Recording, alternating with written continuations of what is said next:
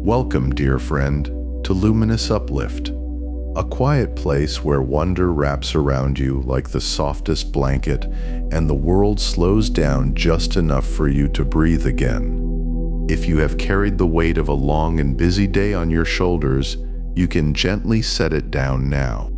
This is your moment, your permission to simply rest and let something beautiful find its way into your mind. Here at Luminous Uplift, we believe that knowledge can be a lullaby. We weave together the marvels of the natural world with a sense of deep, unhurried calm, creating stories that lift the spirit while guiding you tenderly towards sleep. Tonight, we invite you to drift downward, beneath the shimmering surface of the ocean, into a world of cool blue silence and slow, graceful movement. Imagine the soft sway of the seafloor, where ancient creatures walk unhurried among the stones and seagrasses, carrying their quiet secrets across the ocean's dark and gentle floor. Tonight, we explore the fascinating world of the lobster, a creature far more extraordinary and tender in its mysteries than most of us have ever imagined. These peaceful explorations are our gift to you, offered with care and the gentlest of intentions. If these journeys bring you comfort, we warmly invite you to like this video and subscribe, so we may visit again whenever rest is calling. Now, let's begin our journey down beneath the waves into the wonderful world of lobsters. Close your eyes for a moment and imagine something vast. Not vast the way a mountain is vast, or the way an ocean seems vast when you stand at its edge and watch the horizon blur into sky. Imagine something vast the way time itself is vast, the way it stretches backward into a darkness so deep and so quiet that even our most careful thoughts can barely reach it. Imagine 480 million years. Imagine what that number actually means, laid out not in digits on a page, but in the slow accumulation of days, of seasons, of centuries, stacking gently upon centuries, like layers of silt settling to the bottom of a warm and ancient sea. That is where our story begins. Not with us, not with anything we would easily recognize, but with a world so different from our own that it might as well be another planet entirely, lit by a younger sun, its continents arranged in configurations that no living human eye has ever seen, its oceans teeming with strange and beautiful life that left only the faintest of whispered impressions in the stone that would eventually become the ground beneath our feet.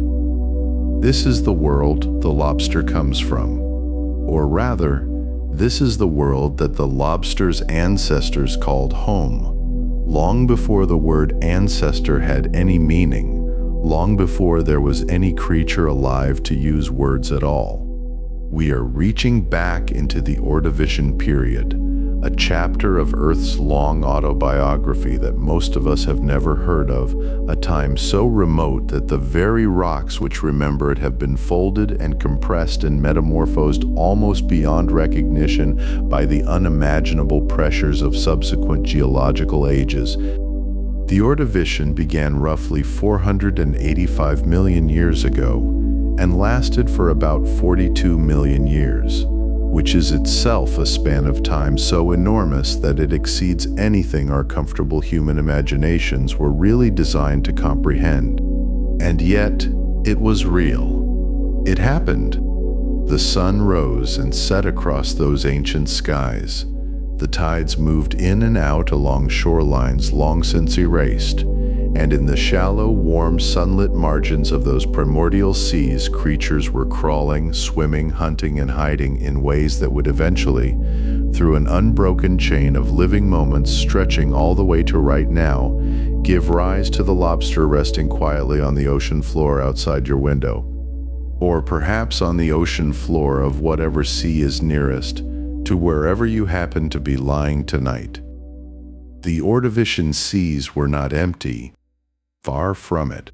By that point in Earth's history, Life had already been experimenting with complexity for hundreds of millions of years, and the oceans were rich with strange and wonderful animals. There were nautiloids, ancestors of today's nautilus, gliding through the water column with their beautiful coiled shells. There were sea scorpions, some of them growing to terrifying sizes, patrolling the seafloor like armored giants.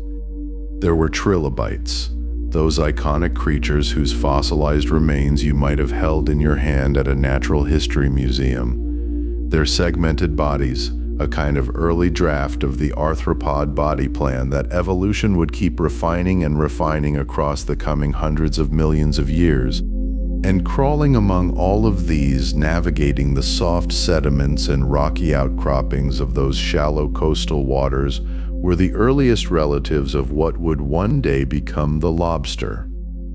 They were not lobsters yet, of course, not in the way we would recognize, but they carried within their small segmented bodies the essential architecture, the fundamental blueprint, the deep structural logic that has persisted largely unchanged, right up to the present day.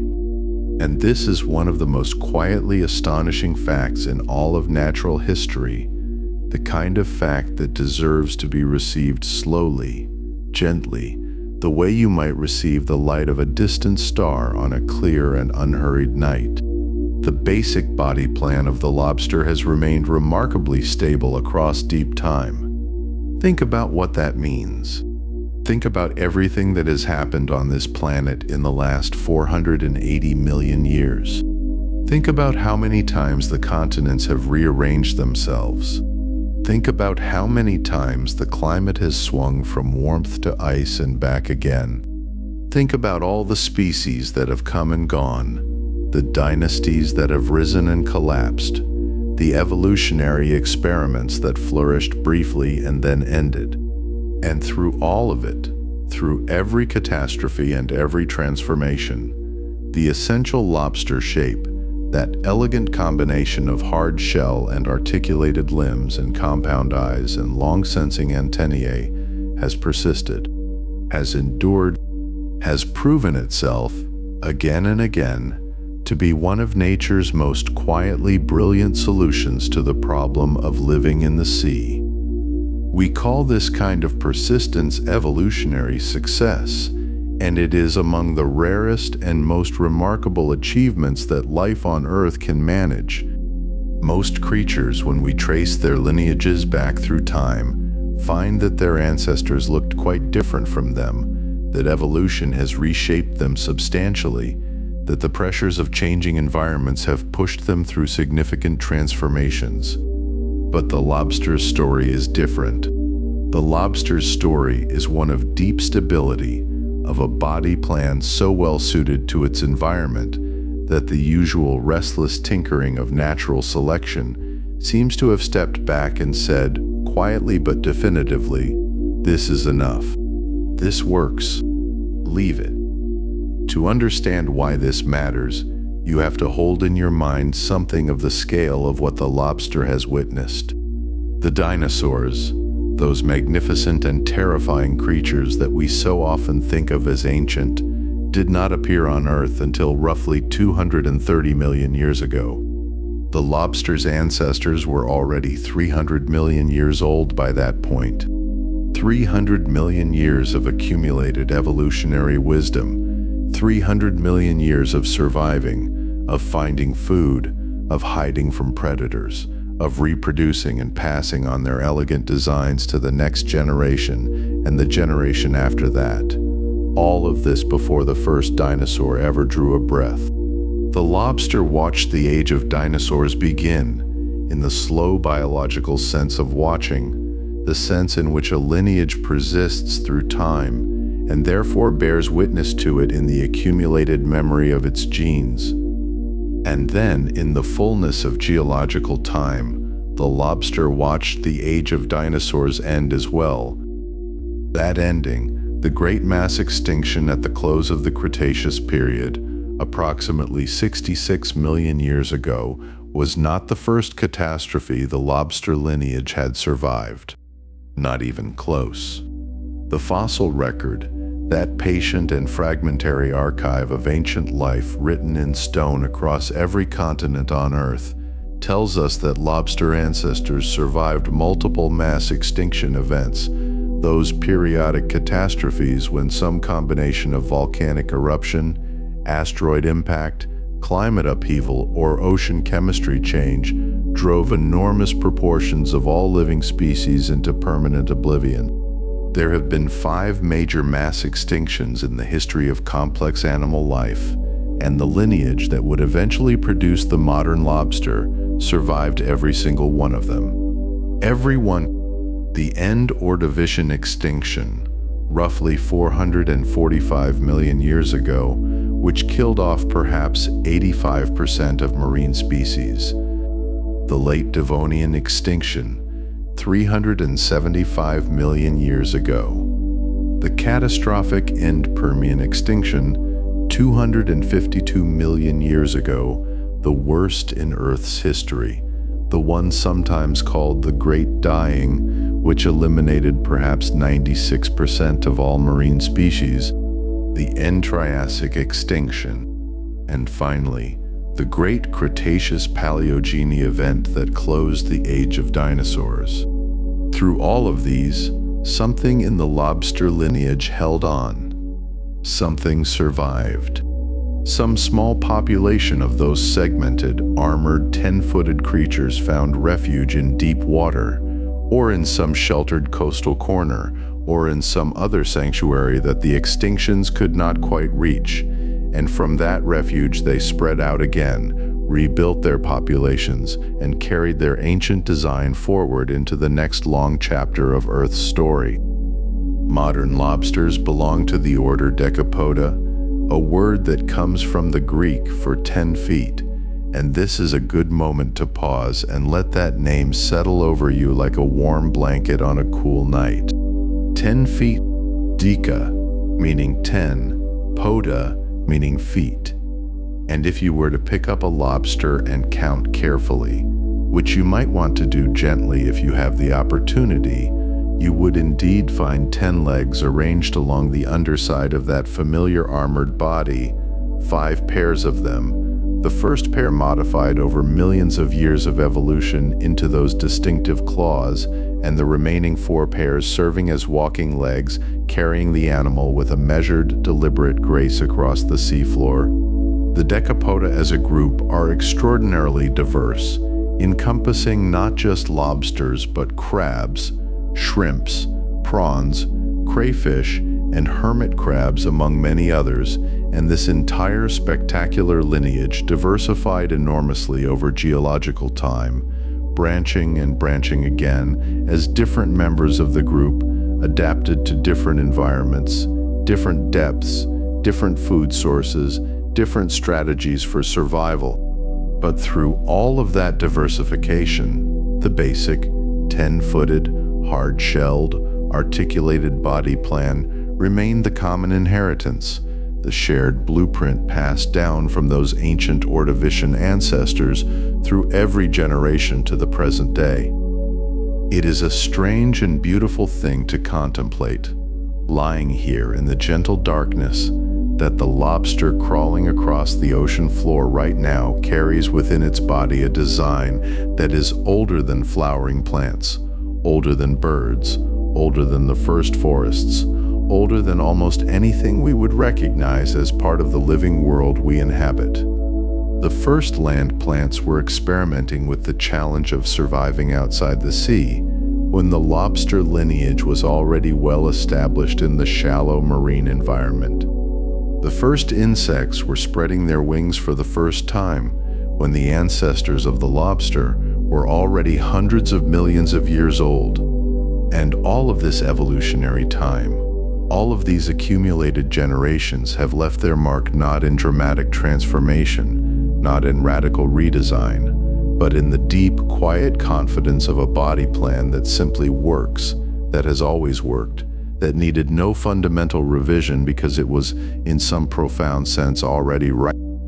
There is something almost meditative about this kind of deep time thinking, something that invites us to release our tight grip on the present moment and let our awareness drift backward through the layers of the past, past the recorded history of human civilizations, past the evolution of our own species, past the rise and fall of the great mammal dynasties that followed the dinosaurs, past the age of reptiles itself, past the Permian, past the Carboniferous with its vast coal forests and its enormous insects, past the Devonian with its first fish climbing tentatively onto land, all the way back to those warm, sunlit Ordovician seas where the story of the lobster was just beginning.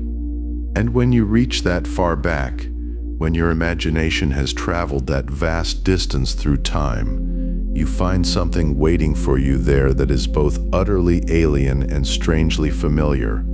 A small segmented creature picking its way across the seafloor, its compound eyes scanning for food or danger, its many-jointed legs moving with that same deliberate ancient grace that you can still see in any lobster today. The same, recognizably, hauntingly the same. The shell it wears is called a carapace, and it is one of the great inventions of animal evolution, a hard external skeleton that serves simultaneously as armor, as structural support, and as a precise and fitted container for all the soft and vital processes of life happening within. The arthropod exoskeleton, of which the lobster's carapace is one magnificent expression, is among the most successful evolutionary innovations in the history of animal life, which is precisely why it has persisted in such recognizable form across such an almost incomprehensible span of time.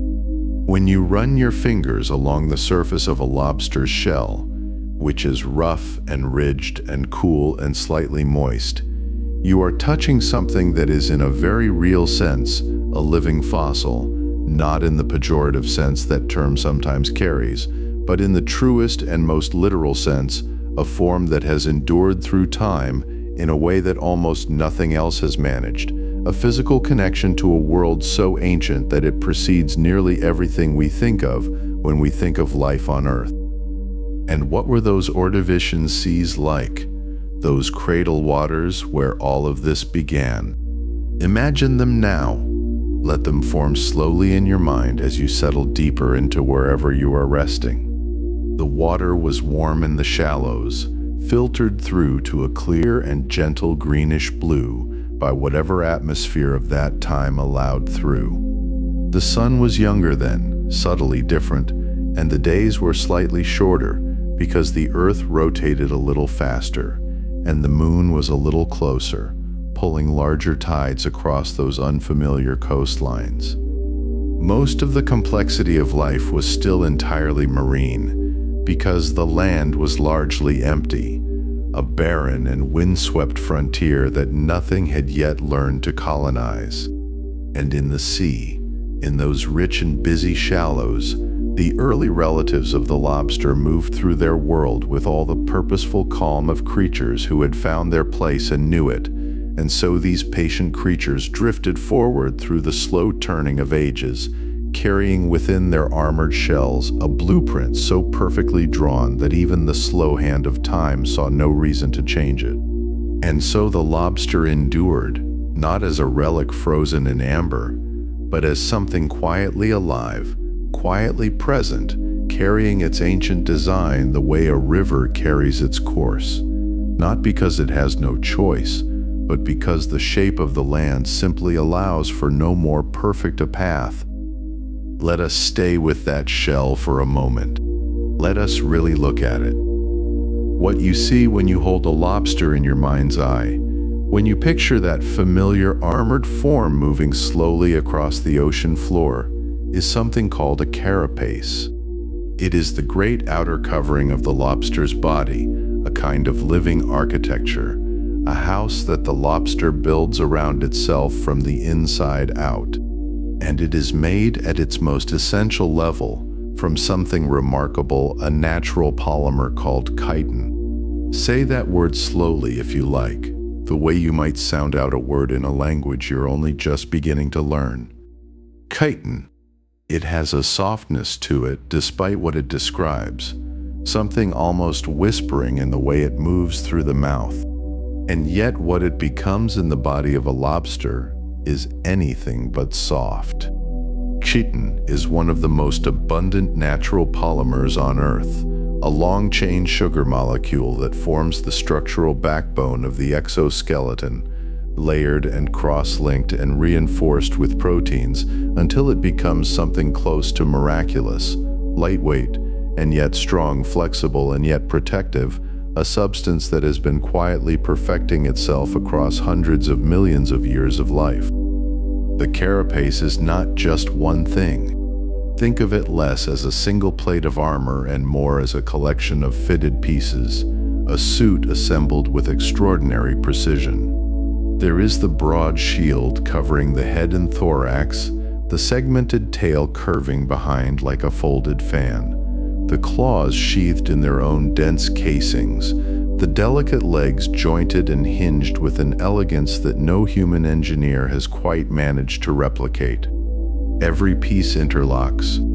Every surface serves a purpose. And underlying all of it, invisible to the eye but present in every molecule, is that quiet polymer, chitin, doing its patient work. For a moment, simply breathe with that image. A creature dressed in a house it grew itself, walking slowly across the dark floor of the sea, unbothered by the weight of ages, unbothered by the cold. There is something deeply settling about it, something that asks nothing of you but your stillness and your attention. And yet, and here is where the story begins to turn toward something tender and strange and wondrous. That shell, for all its strength, for all the millions of years of engineering that went into its making, is not permanent. It cannot be, because life, true life, requires change. It requires growing, and you cannot grow inside a house that does not grow with you. This is the central challenge of being a lobster. This is the quiet paradox at the heart of its existence.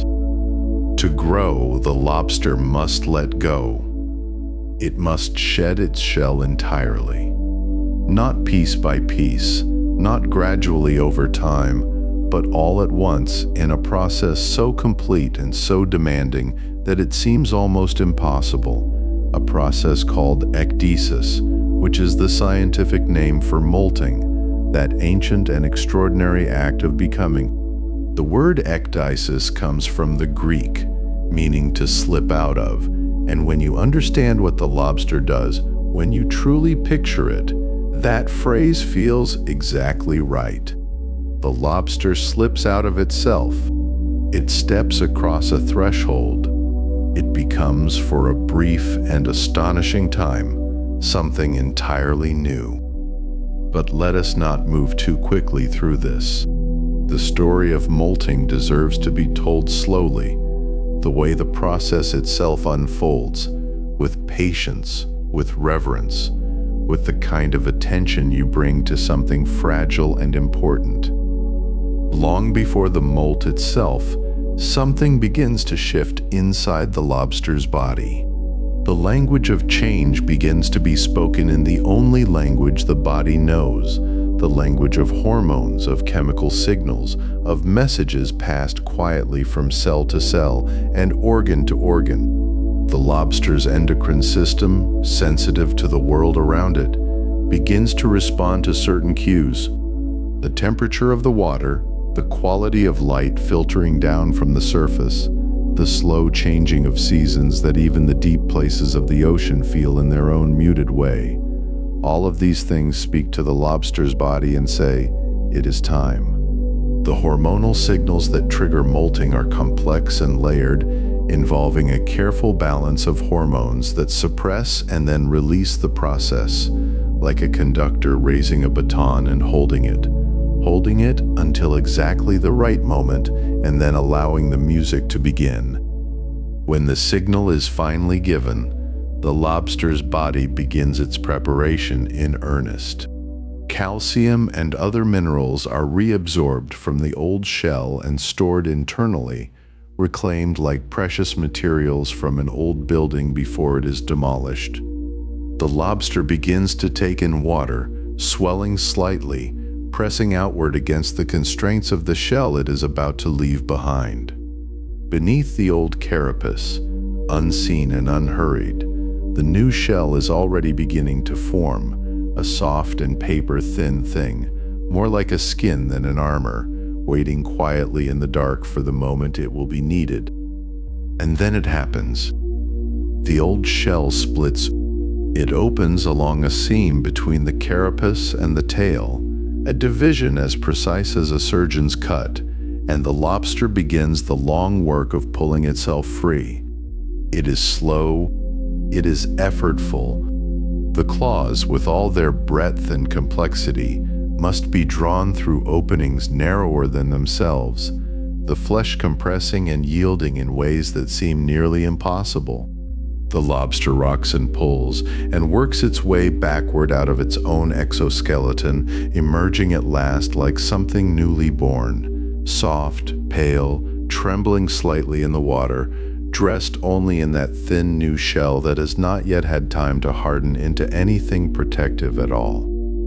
For a moment, the old shell lies there on the seafloor, empty, a perfect ghost of the creature that lived inside it. Every detail preserved, every ridge and joint and hollow, every articulation of leg and claw like a cast left behind by something that has moved on into a new shape.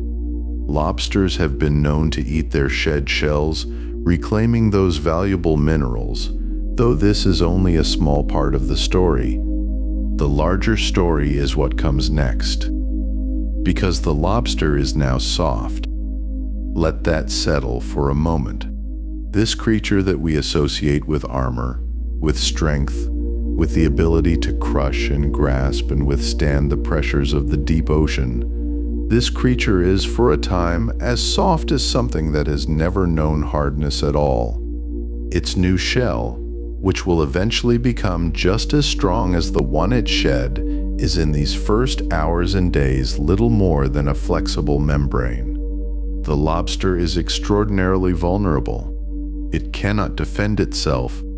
It moves carefully, cautiously, hiding in whatever shelter it can find, pulling itself back into crevices in the rock, or burying itself in the sediment, waiting for the slow chemistry of hardening to do its work. This period of softness can last for several weeks. Weeks during which the lobster's world is fundamentally different from the one it knew before the molt. Weeks during which every nerve and sense is tuned to alertness, every movement considered, every shadow a potential threat. The new shell absorbs calcium from the surrounding seawater and begins to stiffen and calcify, layer by layer, molecule by molecule, until gradually, slowly, over those long, quiet weeks, it becomes once again the protective carapace it is meant to be. There is something in this that asks to be felt, not just understood. The vulnerability of the newly molted lobster is not a flaw in the design. It is not an oversight. It is, in its own way, the most necessary part of the whole extraordinary process. Because without the willingness to be soft, there can be no growth. Without the courage, if we can call it that, if we can lend that word to a creature moving on instinct through cold water, without the willingness to shed the old and endure the uncertain in between, the lobster would simply stop growing. It would reach the edges of its shell and have nowhere left to go. And lobsters do not do that. Lobsters grow. They molt over 25 times in just their first 5 years of life. 25 sheddings, 25 emergences, 25 periods of tender vulnerability, followed by 25 new beginnings. In those early years, they may molt as often as several times in a single season, growing rapidly, the size of the new shell expanding each time to accommodate the larger body inside. Later, as the lobster ages, the molts come less frequently, once a year or even less, but they do not stop entirely. The lobster, as long as it lives, continues to molt, continues to grow, continues to let go of what it was in order to become something more.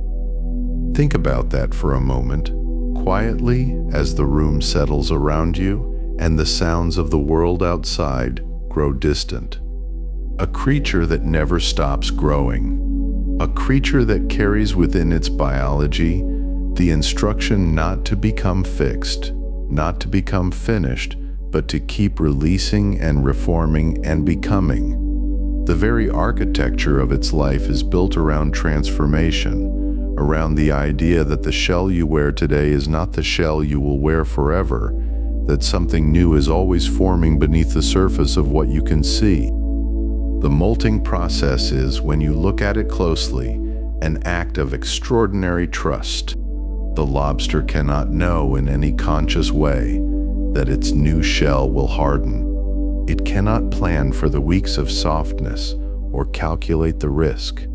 It simply follows the signals its body sends, those hormonal whispers, those environmental cues of changing water temperature and shifting light, and surrenders to the process. The ocean does the rest. The minerals are there, dissolved in the water, waiting to be absorbed. The chemistry of hardening is patient and reliable, a process refined over eons until it functions with a quiet perfection that asks nothing dramatic in return. There is a kind of peace in that, if you let yourself feel it. The peace of a process that knows what it is doing even when you do not. The peace of a chemistry that has been working for hundreds of millions of years and has not yet made a mistake. The young lobster, in those first 5 years of nearly continuous molting, grows from something barely a centimeter long, a tiny translucent creature drifting in the currents near the surface, into something recognizably, substantially itself. Each molt is a step, a threshold crossed, a new version of the same essential being. The carapace that forms after each ecdysis is not simply larger than the one before. It is, in certain subtle ways, more complex, more refined, more fully the expression of what a lobster is meant to be. Growth in the natural world is rarely just about size. It is about becoming more completely oneself. And through all of it, through every molt and every hardening, through every soft and trembling emergence, and every long week of vulnerability, the chitin is there, the ancient polymer, doing its quiet work, being laid down in layers, being reinforced, being made into the carapace that will shelter this particular life until the next time the body says, "It is time," and the process begins again. Close your eyes for a moment and let yourself imagine the seafloor at night, the cold water moving in slow currents, the light from the surface far above, filtered and dim, casting no shadows in the deepest places. And somewhere down there, in a crevice between two old stones, or tucked beneath the broad frond of a piece of kelp, or simply resting in a hollow worn into the rock by years of water and time, a lobster waits. Its new shell is forming around it. The process is unhurried and certain.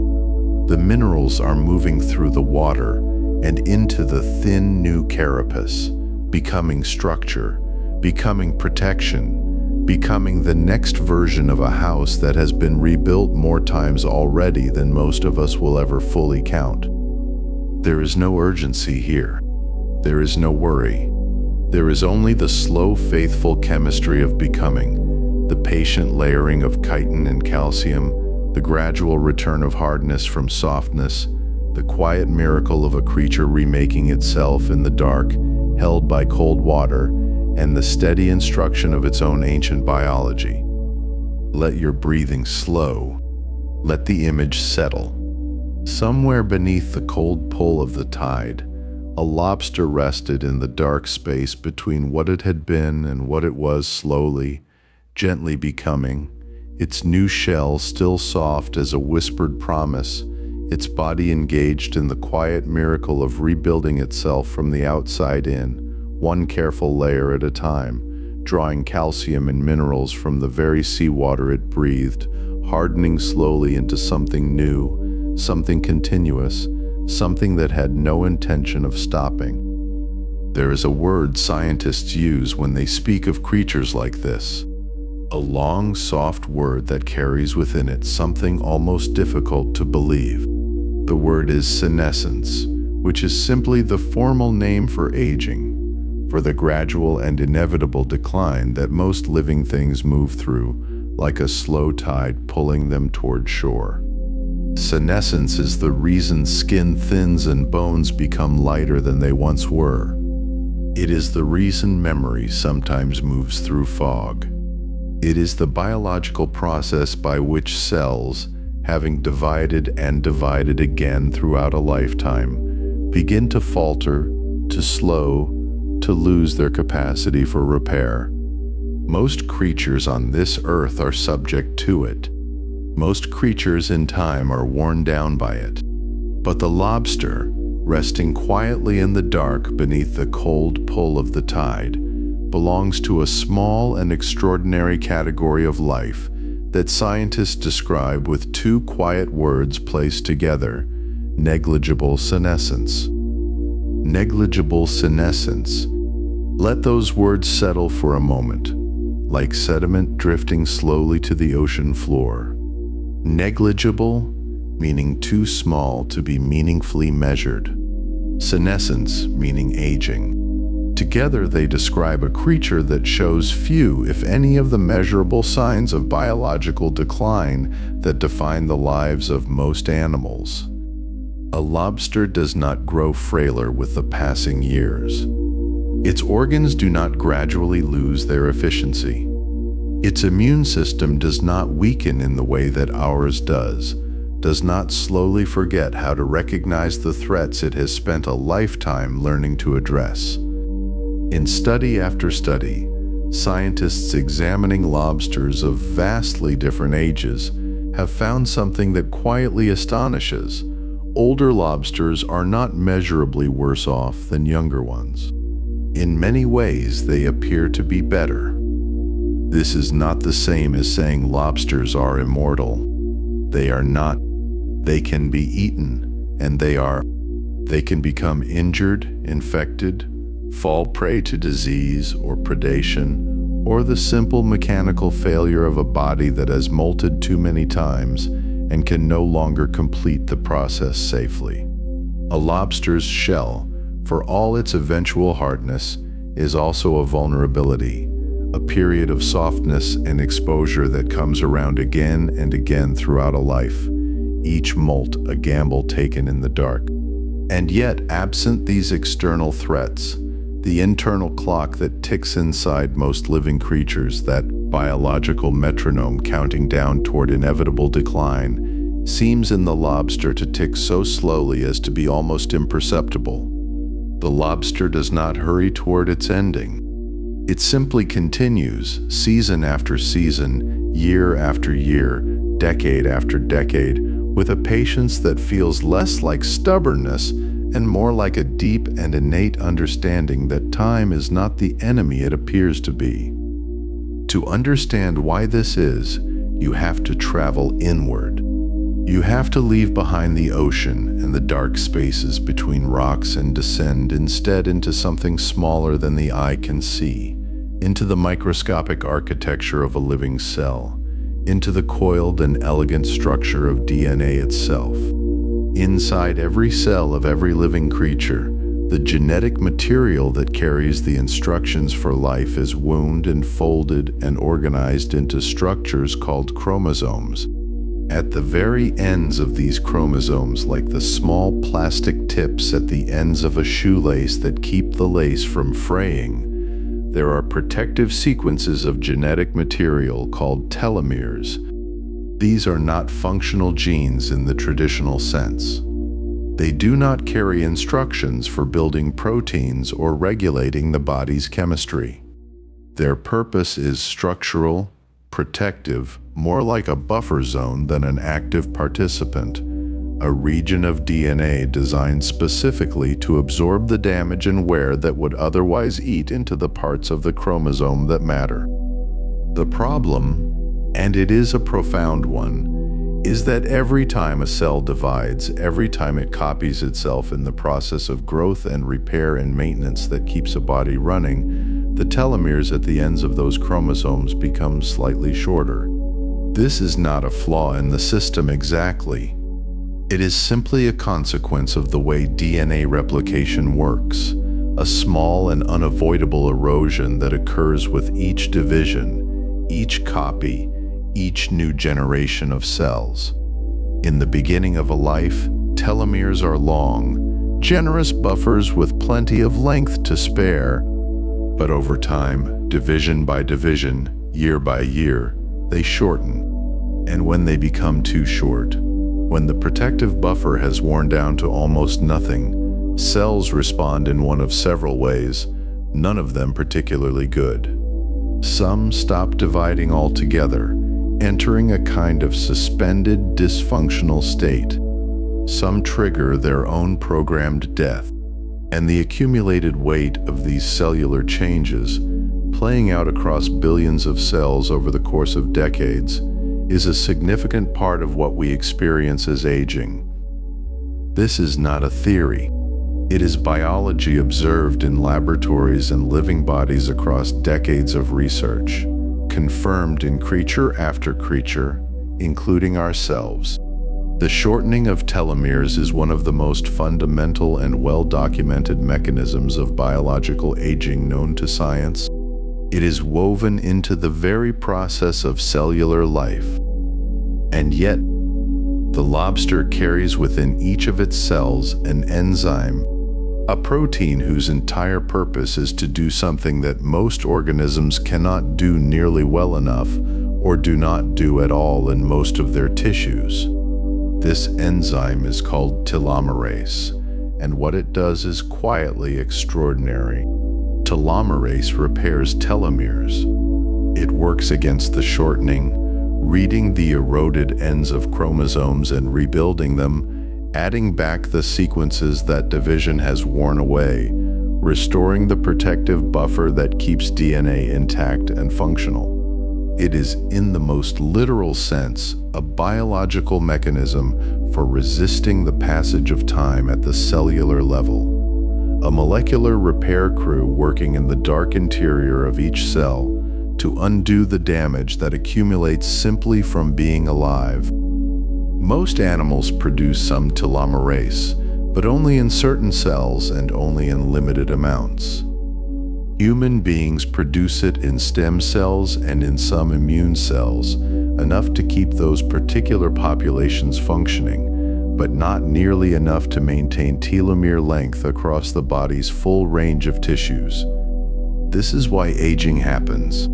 This is one of the central reasons the body cannot simply repair itself indefinitely. Why the cellular machinery gradually loses its precision, why the accumulated wear of a lifetime eventually overwhelms the system's capacity to restore itself. We have telomerase, but we do not have enough of it, and we do not have it everywhere it would need to be to make a meaningful difference. Lobsters produce telomerase in large quantities, and they produce it throughout their bodies, not confined to a few specialized tissues, but distributed across many cell types, maintaining telomere length in a way that most creatures simply cannot. This is part of why a lobster's cells continue dividing, continue repairing, continue functioning with a fidelity that does not seem to diminish across decades. It is not magic. It is enzymology, the careful chemistry of proteins doing their work in the cold and patient interior of a living body. But the effect of that chemistry, when you step back and observe it across the span of a lobster's life, feels like something close to wonder. Consider what this means in practice. A lobster does not become less fertile with age. This alone is remarkable enough to pause over, remarkable enough to hold gently in the mind while the rest of the world breathes slowly towards sleep. In almost every animal studied, reproductive capacity declines with age. Fertility in most creatures peaks at some point during early adulthood and then gradually diminishes, an inevitable consequence of aging cells and aging tissues and the slow accumulation of damage that senescence brings. But in lobsters, this does not appear to happen in the same way. Older lobsters, lobsters that have been alive for decades, do not show the reproductive decline that biology predicts for most aging organisms. Some studies suggest that larger, older female lobsters may actually carry more eggs than younger ones, that their reproductive output may increase rather than diminish over time. A lobster does not approach old age as a period of winding down. It approaches it, if the science is to be believed, as simply another continuation of what it has always been doing, living and growing and reproducing with a consistency that time does not erode. And the time involved is genuinely staggering when you let it fully settle. Some lobsters are estimated to live for over a century, 100 years in the cold dark of the ocean, moving through seasons that arrive and depart above them like the slow breathing of something enormous, molting and regrowing and molting again, eating and resting and navigating the complex social geography of the seafloor. 100 years of tides, 100 years of water temperatures shifting with the slow cycling of the seasons, 100 years of the same patient darkness, the same mineral taste of deep Atlantic water, the same ancient ritual of shedding the old self and waiting soft and vulnerable for the new one to harden into place. And then there is the lobster that has become something of a quiet legend in the world of marine biology, a lobster estimated to have been alive for approximately 140 years. 140 years. Think for a moment about what that span of time contains. The world that existed when that lobster first emerged from its egg, still a drifting larval creature carried by currents in the upper water, was a world without powered flight, without antibiotics, without the particular technologies that define ordinary life in the present day. The lobster did not know this, of course. It had no conception of the surface world, no awareness of the century turning, no sense of the extraordinary acceleration of human history happening somewhere far above the reach of its antennae. It simply lived. It molted and hardened and grew and continued, season after season, with the same undramatic persistence it had always practiced, the same cellular machinery quietly maintaining itself in the cold. There is something in this that the mind reaches for and cannot quite hold all at once. We live our lives with a very particular relationship to time, shaped by the knowledge that time is limited, that the years accumulate toward something final. This knowledge is not separate from the way we experience beauty or urgency or love. It is woven into all of it. The awareness that things are temporary, giving them a quality they would not otherwise possess. And yet here is this creature, moving through a time scale so different from our own as to be almost incomprehensible, not rushing, not striving, not measuring itself against any horizon, simply existing with a slowness and a continuity that the ocean itself seems to reflect. The scientist in a cold laboratory in the middle of the night might look at data about telomerase production and see an enzyme, a mechanism, a biological pathway with implications for the study of aging and longevity in other species, perhaps eventually including our own. The science is real, and it is important, and it is being studied with genuine seriousness and care. But there is another way to hold this same information, a gentler way, more appropriate perhaps to the dark and the quiet and the slow drift toward sleep. You can simply allow yourself to be softly astonished by a creature that the universe seems to have arranged to last. A small armored thing in the dark water that carries within each of its cells a tireless repair mechanism, a biological commitment to continuation, an almost stubborn refusal to be worn down by the simple passage of time. The ocean, of course, keeps its own time. It does not age in the way that creatures age. It simply continues, cycling through temperatures and salinity and the slow revolution of its deep currents, indifferent and enormous and old beyond the reach of any number that means anything to ordinary human understanding. And within it, largely unobserved, moving through a darkness that human eyes have never and will never directly witness, lives a population of creatures whose cells are quietly and continuously doing something that most of biology has concluded is impossible to sustain indefinitely. Something that the evolutionary pressures of hundreds of millions of years have refined into quiet elegance.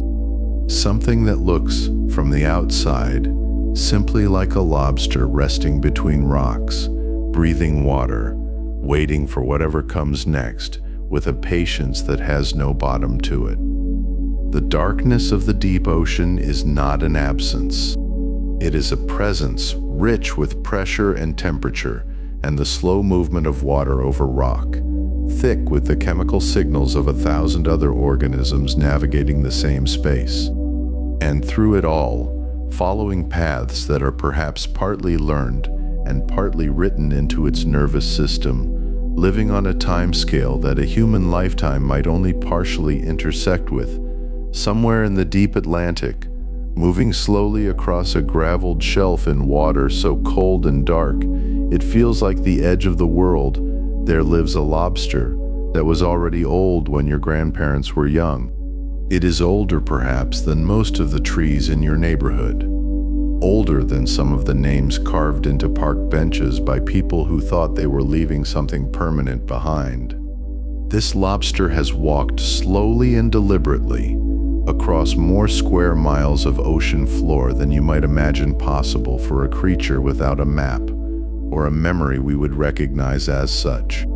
And yet here it is, navigating, sensing, responding, alive in a way that is quiet and persistent, and somehow, when you sit with it long enough, quietly astonishing. We do not often pause to wonder what it is like to be a lobster. The question sounds almost whimsical at first, like something a child might ask before bedtime, and then laugh at, and then suddenly not laugh at because the more you hold it, the heavier it becomes. What is happening inside that creature as it moves through the cold, dark water? What does the world feel like if it feels like anything at all? From inside that armored body, those clustered black eyes, that remarkable architecture of shell and claw and walking leg. To begin to answer that, we have to understand something about the nervous system this lobster carries through the water with it. And here is where the story becomes genuinely strange, because the lobster's nervous system is not organized the way yours is. It is not a hierarchy with a single commanding brain at the top, sending orders down a long spinal column to a body that obeys. Instead, it is something more like a committee, more like a network of small councils distributed throughout the body, each one handling local decisions and local information in its own right. These councils are called ganglia, clusters of neurons packed together into small knots of processing power, positioned at intervals along the length of the lobster's body like beads on a string. There is a cluster near the head, yes, what we loosely call the brain, but there are also clusters in the thorax, in the abdomen, in the tail. Each ganglion is a small center of coordination, receiving sensory input from nearby structures, sending motor signals to nearby muscles, making decisions that are, in a sense, local decisions. The tail knows things the head does not need to know immediately. The walking legs have their own logic. The body is, in a very real sense, decentralized. A distributed intelligence, if we are generous with that word, spread across the whole length of the animal. What this means in practice is remarkable. If you were to separate a lobster's tail from its body, which is a strange and uncomfortable thing to contemplate, the tail would continue to move for a period of time. Not because of residual electrical signals draining from a central battery, but because the ganglia in the tail have their own capacity for coordinated activity. They are not simply relays waiting for instructions from above. They are local processors running their own programs. The body of the lobster, in this sense, is less like a kingdom ruled by a single monarch and more like a federation of semi-autonomous provinces, each with its own governance, all loosely coordinating toward the shared project of being a lobster in the world. The brain itself, that central ganglion tucked behind the eyes, is approximately the size of a grasshopper's. Let that land for a moment. You can hold a grasshopper in the palm of your hand. The brain of a lobster is that small. And yet with this almost impossibly modest structure, this handful of neurons, this quiet crumb of biology, the lobster coordinates behaviors that are genuinely complex. It navigates. It learns in simple ways from experience. It recognizes territories, establishes hierarchies, remembers the outcomes of previous encounters with rivals. It finds food by reading chemical gradients in the water with a sensitivity that would humble our finest instruments. It maintains posture, manages locomotion across irregular terrain, times its molting, cares for its eggs. The brain does not do all of this alone. It does it in concert with all those distributed ganglia throughout the body. But still, the smallness of the brain and the richness of the behavior create a kind of cognitive vertigo when you really look at them together. And then there is the question that does not resolve neatly, that sits at the center of this like a smooth stone you keep turning over in your hand.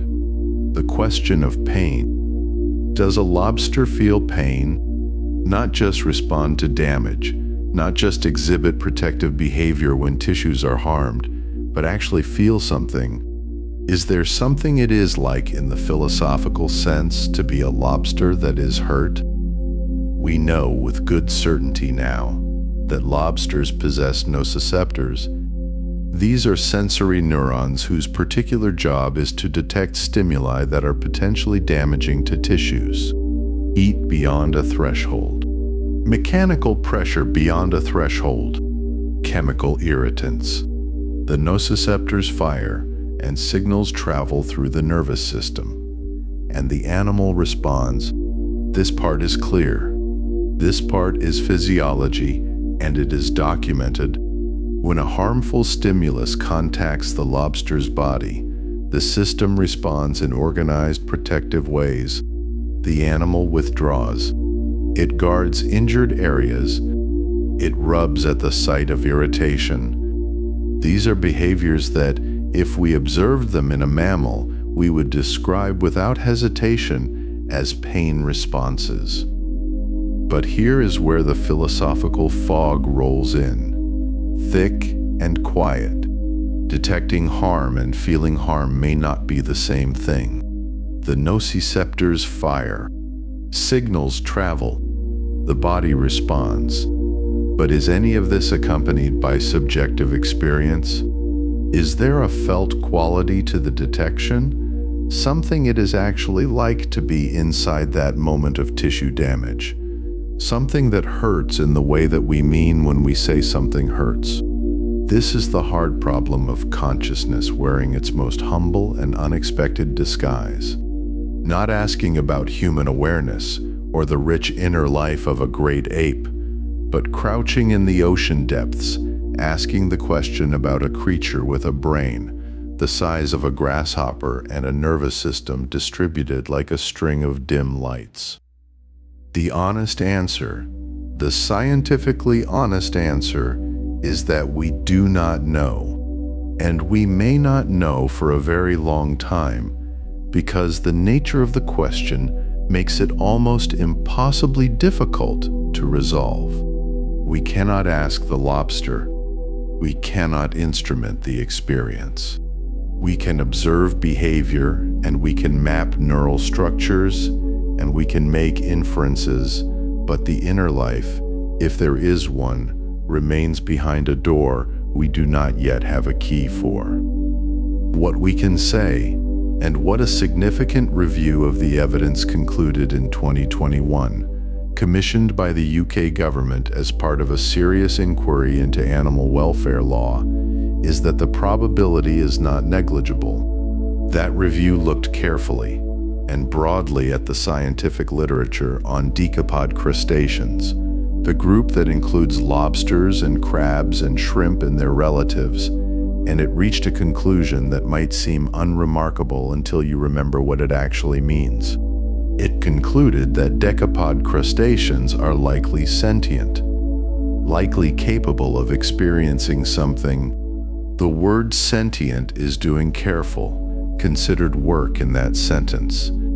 It does not mean they feel exactly as we feel, or that their experience has the same richness or complexity or narrative quality as human suffering. It means something simpler and more fundamental. It means there is probably something it is like to be them, that their experience, whatever its texture and whatever its limits, is not simply darkness. This conclusion had real consequences. The UK subsequently updated its animal welfare legislation to include decapod crustaceans for the first time, acknowledging that how these animals are treated matters, that their capacity for experience creates ethical obligations, however modest or uncertain the nature of that experience might be. In the slow, methodical way that science and policy sometimes actually work together, a lobster moving through cold Atlantic water became, legally and morally, a little more like a creature that could be wronged. And the debate continues, as it should, because these are not easy questions and easy answers would be suspicious. There are researchers who remain skeptical that the lobster's nervous system, with its relative simplicity, its decentralized architecture, its small central brain, possesses the structures necessary for conscious experience in any meaningful sense.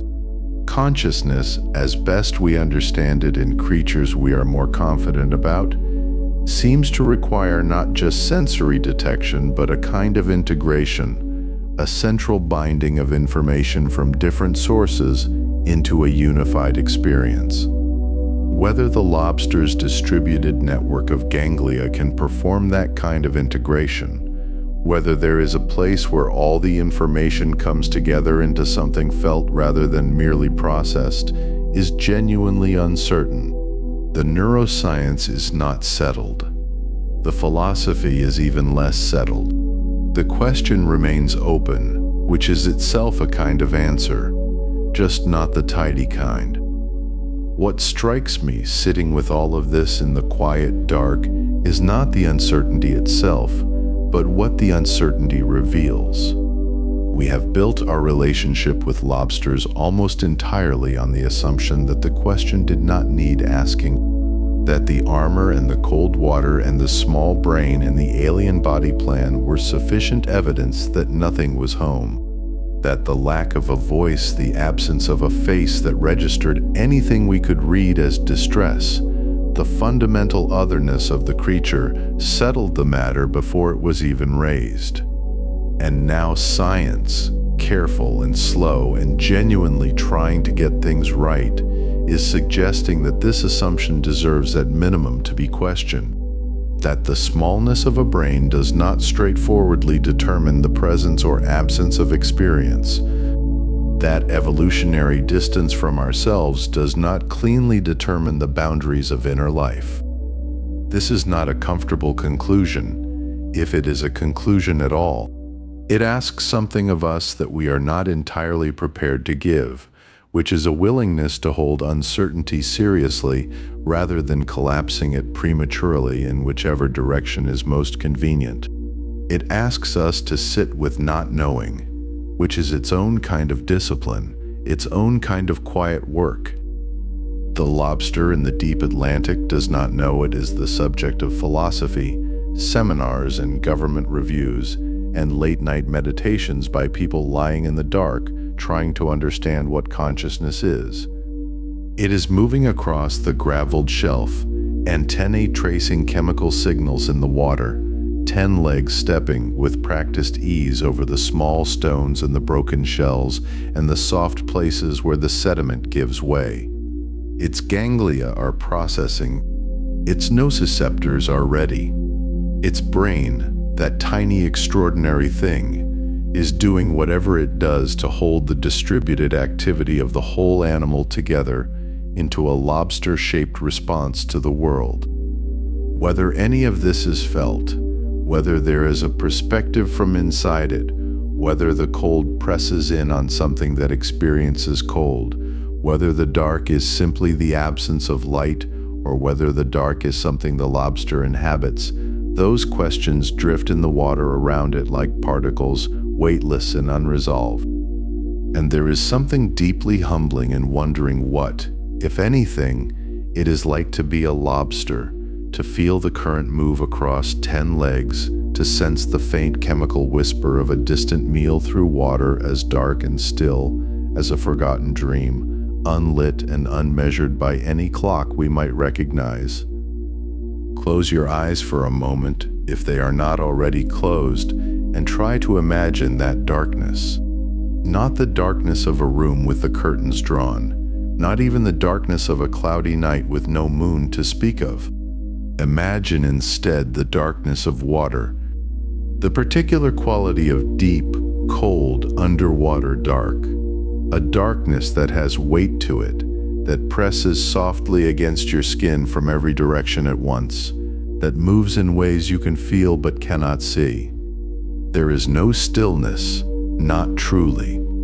Even in the quietest trench, even in the slowest current, the water is always speaking. It carries information. It carries history. It carries the dissolved traces of everything that has passed through it. Every creature that has breathed or fed or moved or died somewhere upstream or upslope or far away in the open ocean. The water remembers in its own chemical way, and the lobster is always listening. This is perhaps the most extraordinary thing about these ancient, armored wanderers of the seafloor, the way they experience a world that most of us will never perceive. We are creatures of light. Our world is built from photons, from the information that bounces off surfaces and travels through air into the waiting lenses of our eyes. We trust color. We trust shape. We trust the sharp edge of a shadow. But the lobster lives in a different epistemology entirely. Its world is built from molecules, from the fine, drifting, invisible architecture of chemistry dissolved in cold seawater. And to understand how a lobster senses its world is to step, just for a moment, out of everything familiar and float weightless in a sensory universe as foreign and as beautiful as anything you might find in the furthest reaches of imagination. Let us begin with the antennuals, the short ones, the ones that seem almost modest beside the magnificent sweep of those long, elegant antennae that reach forward through the water like two pale questions. The antennuals are small, paired and forked, branching at their tips into two delicate filaments that tremble almost constantly, fanning the water with a gentle, rhythmic motion that looks, if you watch closely enough, a little like breathing. And in a way it is, because the antennuals are covered, absolutely covered, in the most extraordinary profusion, with chemoreceptors, thousands upon thousands of tiny hair-like structures called aesthetics, each one exquisitely sensitive to the chemical signatures dissolved in the water flowing across them. These are not simply structures for smell in the way we use that word, and they are not simply structures for taste. They are both at once, simultaneously, inseparably. The lobster does not experience smell as something that happens at a distance and taste as something that requires contact.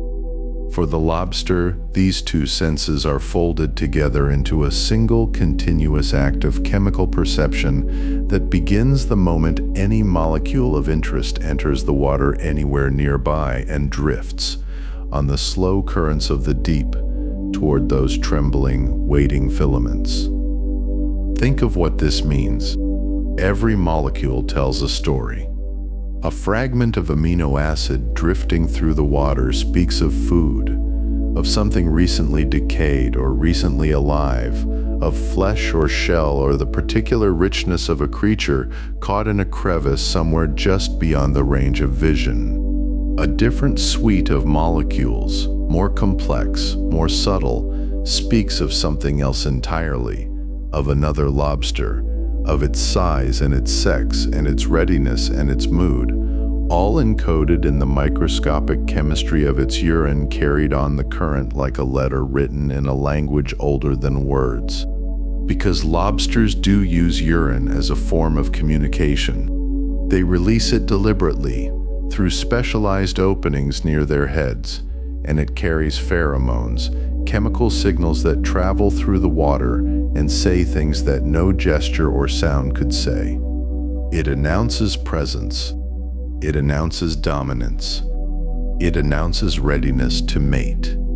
It announces, perhaps, something like identity, though we must be careful here, must hold our interpretations gently, must not dress the lobster in our own assumptions about what identity means or feels like. What we know is that the chemistry is real, and that the lobster reads it with a fluency we can barely imagine, its antennules sampling and resampling the water dozens of times every minute, building a picture of the social and physical landscape from dissolved signals as rich and detailed, in their way, as anything our eyes have ever shown us.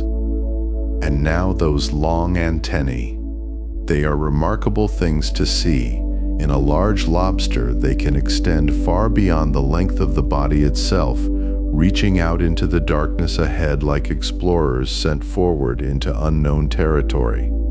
Their purpose is different from the antennules, though complementary in the most elegant way. While the short antennules are chemical instruments, the long antennae are mechanical ones. They detect touch, yes, the brush of a surface, the resistance of an obstacle, the texture of the seafloor as the lobster navigates through crevices and over rocks in the dark. But they detect something subtler too. They detect movement. They detect the way the water itself moves, the pressure waves that travel through water when something approaches or retreats, the faint hydrodynamic signatures of other creatures passing nearby, the minute changes in water flow that tell the lobster something is coming even before that something has arrived within any other range of perception. The long antennae make the lobster aware of its immediate space in a way that extends beyond its own body, turning the surrounding water into a kind of extended sensory field, a volume of space that the lobster inhabits with its awareness, even when it cannot touch it directly. And there is more, because the lobster is not done with its sensory complexity. Running across the surface of its body, distributed across its exoskeleton and its legs and its walking feet, are mechanoreceptors, tiny, hair-like sensory structures that respond to the vibrations traveling through the water, low-frequency waves that we might call sound if we were being generous with the term, or pressure if we were being precise, but which are in either case a form of information, a way of knowing what is happening in the water column nearby. A fish moving overhead, a wave of disturbance traveling along the seafloor, the low, slow reverberation of something large and far away. The lobster feels these things across its entire body surface, not with the sharp localization that our ears provide, but with a distributed, whole-body sensitivity that makes the animal itself into a kind of instrument, a living seismograph tuned to the frequencies of an underwater world in motion. Now consider the eyes, because it would be incomplete to speak of lobster senses without pausing over those strange, stalked compound structures that sit at the front of the head like two dark berries held up on short stems. Lobster eyes are compound eyes, like the eyes of flies and bees and other arthropods, built not from a single lens but from an array of many small units called ommatidia, each one collecting a small piece of visual information and contributing it to an overall image of the world. But lobster eyes are unusual even among compound eyes. Most compound eyes focus light using tiny lenses, but lobster eyes and those of a few other deep-sea creatures focus light using a system of tiny mirrors instead, a design so elegant and unexpected that when it was discovered by scientists, it astonished everyone who learned of it, because the geometry involved, a precise, square array of reflective surfaces, is something we associate with human-designed optics, with telescopes and cameras, not with the bodies of creatures that have been navigating the seafloor since before the dinosaurs walked the earth. But for all the elegance of their optical design, lobster eyes are not built for the kind of high-resolution, color-rich, detail-saturated vision that we rely on. In the dark of the deep ocean, in the low light of sheltered rocky coves, what matters is not the ability to read fine detail, but the ability to detect motion, to notice contrast, to catch the flicker of a shadow that might mean a predator is near, or the sudden movement that might mean prey is close. Lobster eyes are tuned for this. They are sensitive to movement and to changes in contrast in a way that serves the lobster perfectly in its world, even if that world would appear to us as dim, blurred, and monochromatic to the point of being barely recognizable. The lobster does not need to see what we see. It needs to see what matters to a lobster, and its eyes, shaped by hundreds of millions of years of life in the ocean, do exactly that. So here is the lobster, resting perhaps in its favored crevice as the night deepens, or moving slowly across the seafloor in the hours when it feels safest to travel. Its long antennae are extended, trembling almost imperceptibly, reading the water. Its antennules fan steadily, pulling molecules across those thousands of chemoreceptors in a continuous, unbroken act of tasting and smelling the sea. Its eyes, set wide apart on their delicate stalks, are watching for motion in the dim gradient of light that filters down from above, and across the whole surface of its body, from the tips of its walking legs to the edges of its carapace, the mechanoreceptors are alive to every vibration, every pressure wave, every low-frequency whisper that the water carries from sources near or far. This is a creature that is, in every sense, completely embedded in its environment, not observing it from the outside, not moving through it as a visitor, but woven into it at the level of chemistry and physics, reading the sea the way the sea wants to be read, in the language it actually speaks. There is something deeply calming about this, if you let it settle. The idea that the world is so full of information, flowing in so many registers at once, most of it entirely beyond our awareness. The lobster walking slowly in the dark of the ocean floor is living inside a richness of sensation that has nothing to do with light or color or the sharp resolution of human sight. Its world is textured with chemistry and pressure and vibration, with the molecular signatures of other creatures and other places carried on the current, with the slow pulse of the ocean itself felt across every centimeter of its armored surface. It is surrounded by information the way we are surrounded by air, completely, constantly, from every direction, so naturally that it requires no effort, no attention, no act of will.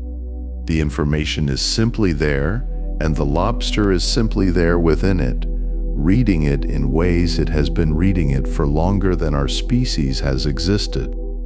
Drift with that thought for a moment. Let it carry you. You are lying still, and somewhere far below the surface of an ocean you will never visit.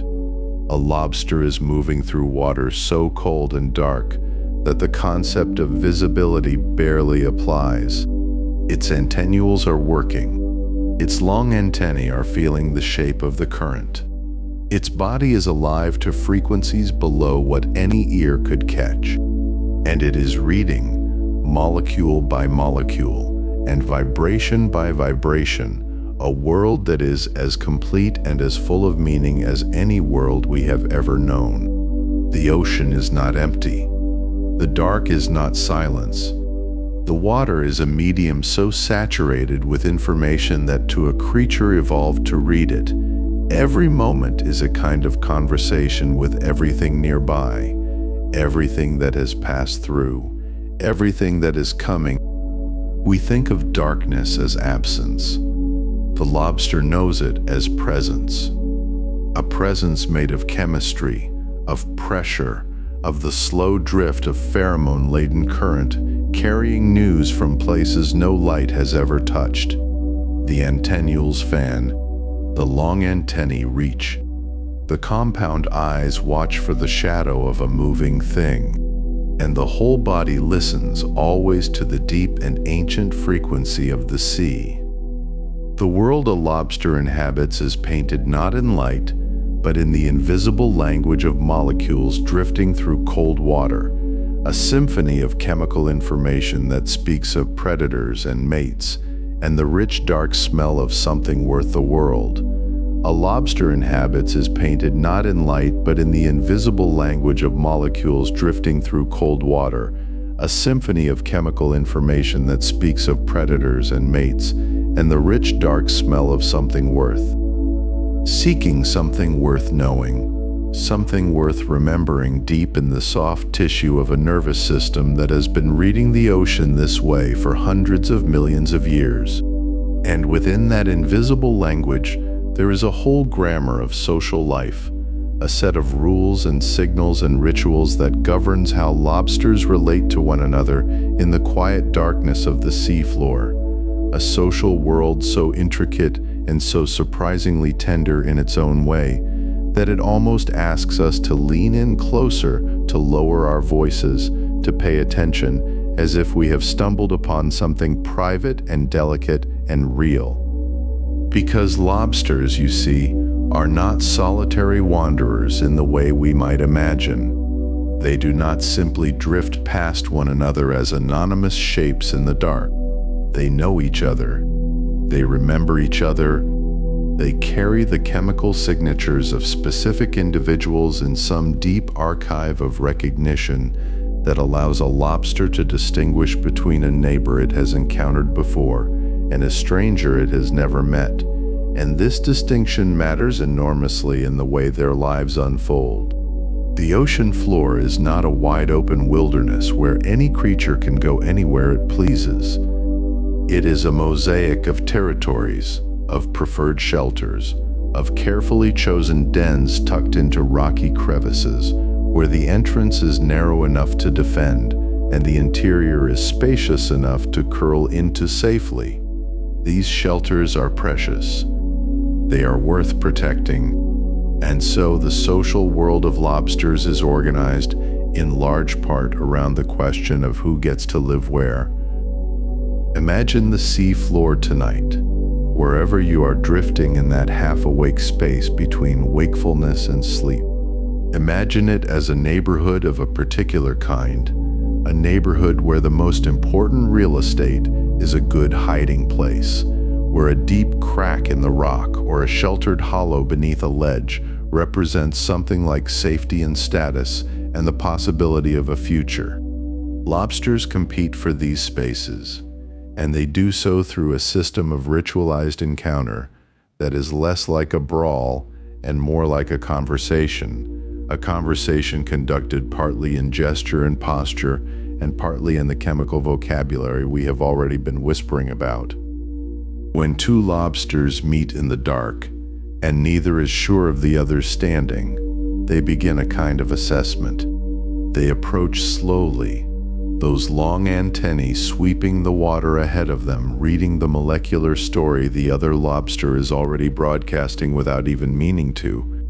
There is information in that chemical cloud, information about size and health, and the particular identity of this specific individual, and both lobsters are absorbing it even before any physical contact is made.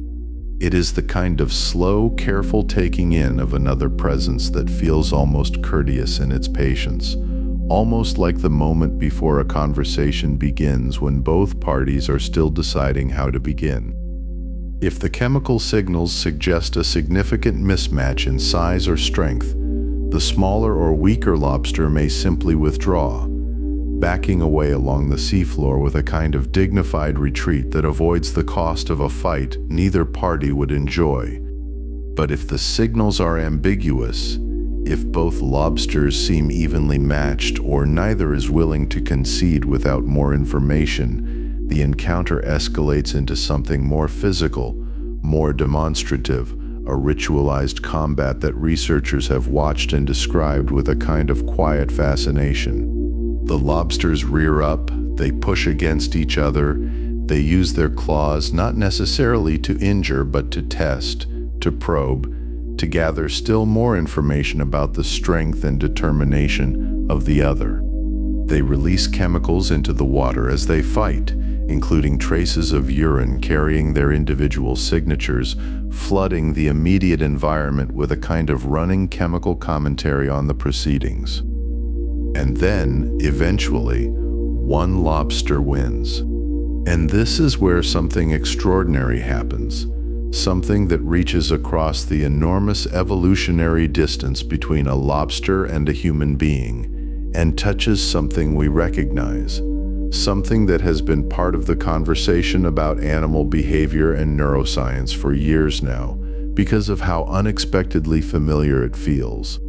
The winning lobster experiences a rise in serotonin. That word serotonin may be familiar to you, a neurotransmitter associated in human neuroscience with mood and confidence and a sense of well-being. And here it is, rising in the nervous system of a creature that shared its last common ancestor with us somewhere around 550 million years ago, serving what seems to be a functionally similar purpose. The victorious lobster moves differently after a win. It walks with something that, if we were being a little poetic about it, we might call a certain boldness, a willingness to occupy space, to hold its position, to approach the next encounter with a confidence built on the chemical residue of having prevailed. The serotonin in its tissues is a kind of biochemical memory of success, and it shapes behavior in the hours and days that follow in ways that make the winner more likely to win again. For the lobster that lost, the chemical story is the opposite, and it is worth pausing here to let that sink in, to feel how quiet and a little melancholy it is, because the defeated lobster does not simply shake off the loss and continue as before. Its serotonin drops. It becomes more submissive, more likely to back away from future encounters, less likely to hold its ground even in situations where it might otherwise have competed successfully. And this state can persist for days, sometimes longer, a kind of neurochemical shadow that the loss casts over the lobster's behavior long after the physical encounter itself has ended. The body has recorded the defeat at a molecular level and is responding accordingly, adjusting posture and boldness and willingness to engage in ways that reflect that internal chemistry. There is something in this that is worth sitting with gently, not with any sense of harshness or judgment, but with a kind of tender recognition. The experience of losing, of coming away from a conflict feeling smaller and less certain, of needing time to rebuild something that was diminished. This is not a uniquely human experience. It is written into nervous systems that predate us by hundreds of millions of years. It is part of a very old chemical vocabulary that speaks to something fundamental about what it means to be a creature with a nervous system navigating a world that sometimes pushes back. But what makes the social world of lobsters even more intimate, even more quietly surprising, is not just this story of winning and losing, but the way that story gets remembered and recognized between specific individuals. Because lobsters do not just know that they have won or lost in general terms. They know who they won against. They know who defeated them. They carry the chemical signature of that specific individual in their memory, and when they encounter that same lobster again, they respond differently than they would to a stranger, more cautiously if they lost before, more confidently if they won. The recognition happens through those chemical traces, through the particular molecular fingerprint that each lobster carries in its urine and its secretions, a signature as individual as anything we might use to identify one another, read not by eyes or ears, but by the extraordinary chemical sensitivity of organs we have no easy equivalent for. Those small hair-like structures called chemoreceptors, distributed across the lobster's body, that can detect and identify specific molecules at concentrations almost impossibly low. So when two lobsters meet again after a previous encounter, they are not starting from nothing. They are resuming something, continuing a relationship that has a history, even if that history is entirely chemical, entirely written in the language of molecules rather than memories in the way we usually think of them. There is a kind of recognition that happens between rivals that has its own weight and texture, and the more you let yourself imagine it, the more the darkness of the ocean floor feels less like an empty wilderness and more like a neighborhood full of ongoing relationships, ongoing negotiations, ongoing stories. And then there are the females. And here the social world of lobsters opens into something that feels almost tender, almost like a story within the story, a quieter and more intimate chapter within this already intimate world. Female lobsters make choices. They move through the social landscape of the seafloor with their own purposes, their own assessments, and one of the most significant factors in their choices is the quality of a male's shelter. A dominant male with a good den, well-positioned, defensible, spacious, represents something important to a female lobster approaching the time when she will molt, when she will shed her hard exterior shell and become for a period soft and vulnerable in a way that makes protection absolutely critical. During that period of vulnerability, she needs somewhere safe to be, and the den of a dominant male offers exactly that. Female lobsters will visit dominant males in their dens during the period leading up to molting, and these visits are not random. They are choices made on the basis of what the female can assess about the male's status and the quality of his shelter, and the chemical signals the male broadcasts are part of what communicates that status to any female within range. A large, healthy, socially dominant male who has successfully defended his territory releases a chemical signature that speaks, in the language molecules speak, of strength and security. His presence in his den, the particular chemistry of the water flowing out from his shelter, is a kind of advertisement that reaches across the darkness to females who are listening with their entire bodies. And when a female does choose to visit, to enter the den of a dominant male and remain there. The relationship that unfolds is not without its own complexity. There is a period of approach and negotiation even here, a careful chemical exchange as the female signals her readiness to molt, and the male responds to those signals, a kind of molecular conversation that precedes any physical closeness. The shelter itself becomes central to all of this, the architecture of that chosen crevice or hollow in the rock, forming the intimate stage on which this drama of lobster social life plays out. Without a good shelter, a male's chances of successful mating diminish significantly, which means that all of that territorial competition, all of those ritualized combats and chemical negotiations and days-long neurochemical aftermaths of winning and losing, they are all building toward the possibility of having a place good enough and being recognized as strong enough that a female will choose to come to you in the dark. There is something almost unexpectedly moving about this when you let yourself drift with it into the quiet space of almost sleep.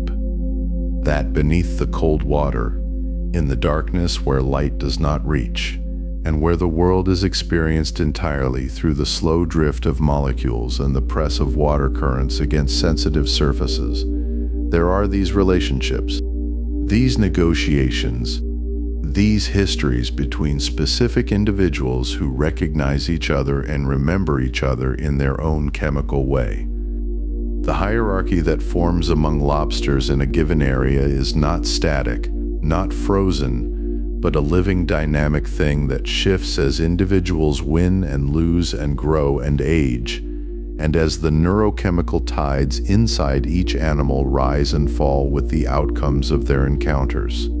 It is a social world with its own logic, its own rules of engagement, its own version of status and memory, and the ongoing navigation of relationships with others who matter in concrete and consequential ways. And at the center of it all, nestled into the best available shelter, the most defensible hollow, the most coveted crevice in the rock, sits the dominant lobster. Changed by his victories, shaped by the serotonin flowing through a nervous system ancient beyond imagining, broadcasting his presence in the only language available to him, the silent language of molecules drifting outward into the current. He does not know he is remarkable. He does not know that his social world mirrors in some deep and ancient way patterns that would later emerge in nervous systems far more elaborate than his own, in creatures that would one day look down at the ocean and wonder what was happening in the darkness beneath the surface. He simply inhabits his chosen place in the hierarchy of this small piece of seafloor, feeling something that functions like confidence, responding to the chemical world around him with the full sensitivity of a body built over hundreds of millions of years to read exactly this kind of information. And somewhere in the surrounding water, the records of recent encounters still linger, the chemical minutes of small social dramas played out in the dark, the molecular evidence of who met whom and what was decided, drifting in the slow, cold current until the ocean gradually dissolves them back into the invisible everything from which they came. The dominant lobster settled into the shelter of his chosen crevice as the current moved softly overhead, and the chemical record of his victory still floated outward through the dark water like a quiet announcement to anyone who might be the dominant lobster settled into the shelter of his chosen crevice as the current moved softly overhead. And the chemical record of his victory still floated outward through the dark water like a quiet announcement to anyone who might be listening in that slow and wordless language that lobsters have spoken since long before there were words for anything at all. And somewhere not so very far away, carried by those same gentle currents, another kind of message was drifting through the water. Not a declaration of strength this time, but something older, something softer. The kind of signal that does not announce power, but instead announces readiness, vulnerability, and the particular courage that comes with both. She had been preparing for weeks, in the way that lobsters prepare for the great turning points of their lives, which is to say quietly, internally, in the deep chemistry of her own body. She was a female of considerable size, her shell dark and smooth and richly colored, and she had been watching this territory, watching this particular crevice, watching the lobster who had claimed it in the patient and unhurried way that her kind has always watched the things that matter. She was not in a rush. The ocean teaches patience to everything that lives within it, and she had learned that lesson well over the many years of her long and careful life. But now something was shifting. She could feel it the way you might feel a change in the weather before the clouds have even gathered. A knowing that lives in the body before it ever reaches the mind. Her shell, that beautiful armor she had worn through so many seasons, was beginning to loosen its hold on her. The process was coming, the great shedding, the molt that would leave her briefly soft and open to the world in a way she was almost never open. And it was precisely in that window, that tender and fleeting interval of softness, that the possibility of new life could begin. For a female lobster, mating is only possible in the hours and days just after molting, when her exoskeleton has been shed and the new shell has not yet hardened back into its familiar protection. It is a remarkable and rather poignant fact when you sit with it quietly in the dark. The very moment of greatest vulnerability is also the moment of greatest possibility. She must be soft to bring new life into the world. She must shed her armor to begin the next generation. There is something almost like poetry in that, in the way nature so often arranges its most important moments around the courage of being unguarded. She approached his crevice slowly, releasing her own gentle chemistry into the water as she came. A signal carried on the current, an introduction and an invitation all at once. The dominant male, who had spent so much energy defending this space and establishing his place in the hierarchy of this small stretch of ocean floor, recognized the message in the water before she had even come into view. And something in him shifted too, the way a rough sea can sometimes settle quite suddenly into something calm and still. His antennae moved in the water, reading her approach, and he waited. What happened next was not dramatic.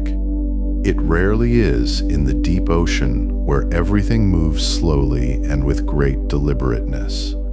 She came to the entrance of his shelter, and they spent time in the way of lobsters, which involves much use of the antennae, much quiet chemical conversation, much patient negotiation conducted in a language we cannot hear and can only barely imagine. Gradually she moved closer to him, and he allowed it, which was itself a kind of extraordinary thing, because a lobster who spent his days defending his territory from other lobsters was now permitting the most intimate of presences within that defended space. She stayed near him as the last of her preparatory chemistry completed its work. And then, in the particular darkness of a deep night, in the even deeper ocean, she molted. It is a thing that takes tremendous effort and leaves a creature entirely exposed, and she moved through it slowly and with great care, drawing herself out of the old shell that had kept her safe, leaving it behind like a ghost of herself on the rocky floor. For a time she was soft and pale and extraordinarily delicate, and the male was gentle with her in those hours, which is a tenderness that scientists have observed and noted with some quiet wonder. When mating was complete, she would carry something new and extraordinary within her, a gift held in waiting, held in patience, held for a span of time that stretched across the turning of many seasons. She would eventually move away, back into her own territory, back into her own careful life, and her new shell would harden around her in the days that followed, that familiar armor reforming and thickening and returning her to her usual protection. But inside her, and eventually tucked beneath her tail where her swimmerets could reach them, something extraordinary would be growing. A large female lobster carries her fertilized eggs under her tail for 9 to 12 months, and the number of those eggs is almost difficult to hold in the imagination when you first encounter it.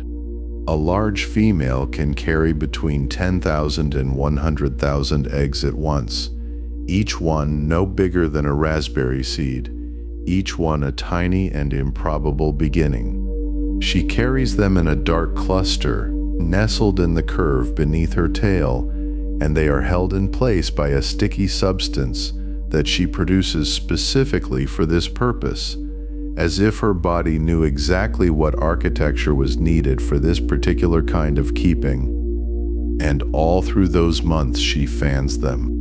Her swimmerets, those small feathery limbs that run along the underside of her tail, move in a gentle and continuous rhythm, pushing oxygen-rich water across the eggs, keeping them bathed in the flow they need to develop. It is a motion so constant, it must become something like breathing, something the body does without being told, a rhythm so deep it runs beneath thought. She fans them while she walks the ocean floor. She fans them while she hunts. She fans them through the dark, cold nights and through whatever passes for day in those deep and dimly lit waters. For 9 to 12 months, that rhythm continues, patient and unbroken, a kind of lullaby expressed not in sound but in motion. Imagine being that devoted to something you have never seen, to thousands of tiny lives that are nothing yet but promise and potential tucked against you in the dark.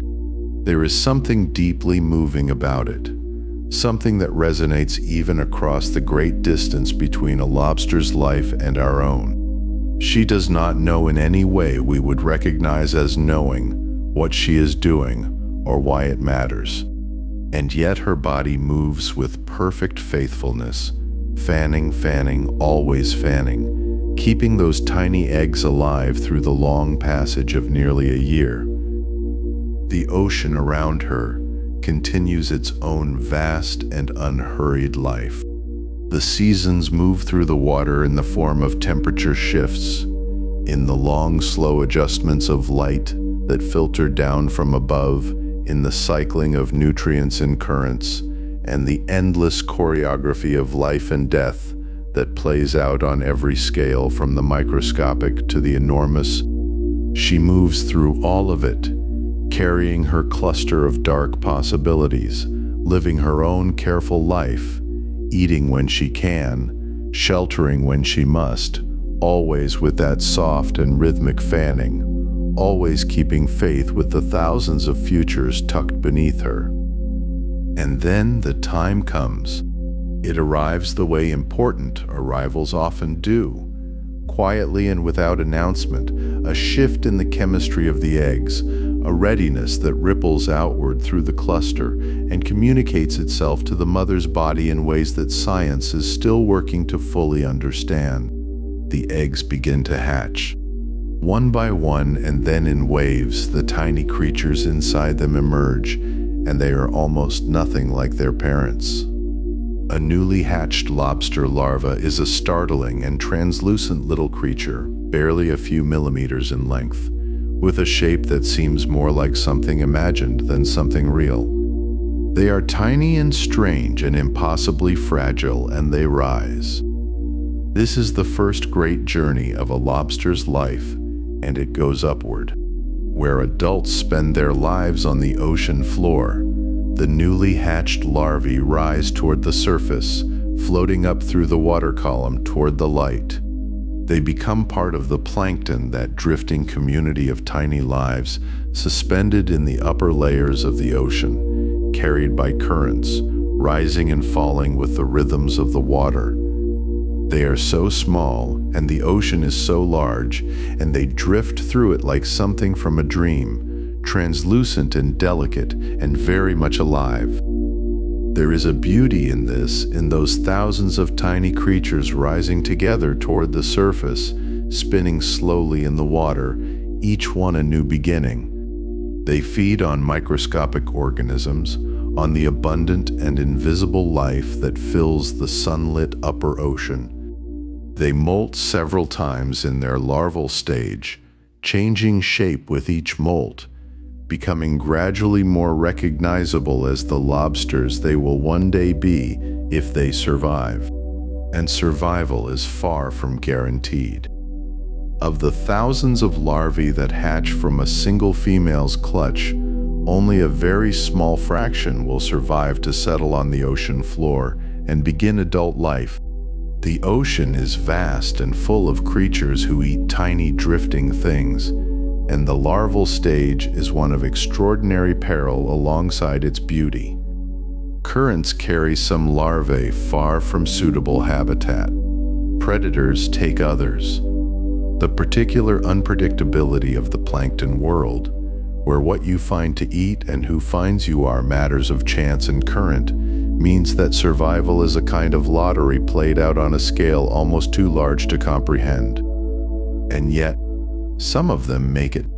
Some of those tiny drifting creatures find their way through all of it, grow through their molts, grow strong enough and heavy enough that eventually the pull of the ocean floor becomes more powerful than the pull of the surface, and they begin to sink. They are still very small when they settle, still nothing like the formidable armored creatures they will eventually become, and the ocean floor must seem enormous and strange when they first arrive at it, so different from the sunlit drifting world they have known. But something in them recognizes it as home. They find the shelter of rocks and seaweed and sediment. They begin to feed on the floor. They begin the long, slow process of growing into themselves. It takes years, many years and many molts, each one a small act of courage. The armor grows and thickens. The claws develop into their asymmetric partnership of crusher and cutter. The antennae lengthen and learn the chemical language of the ocean floor.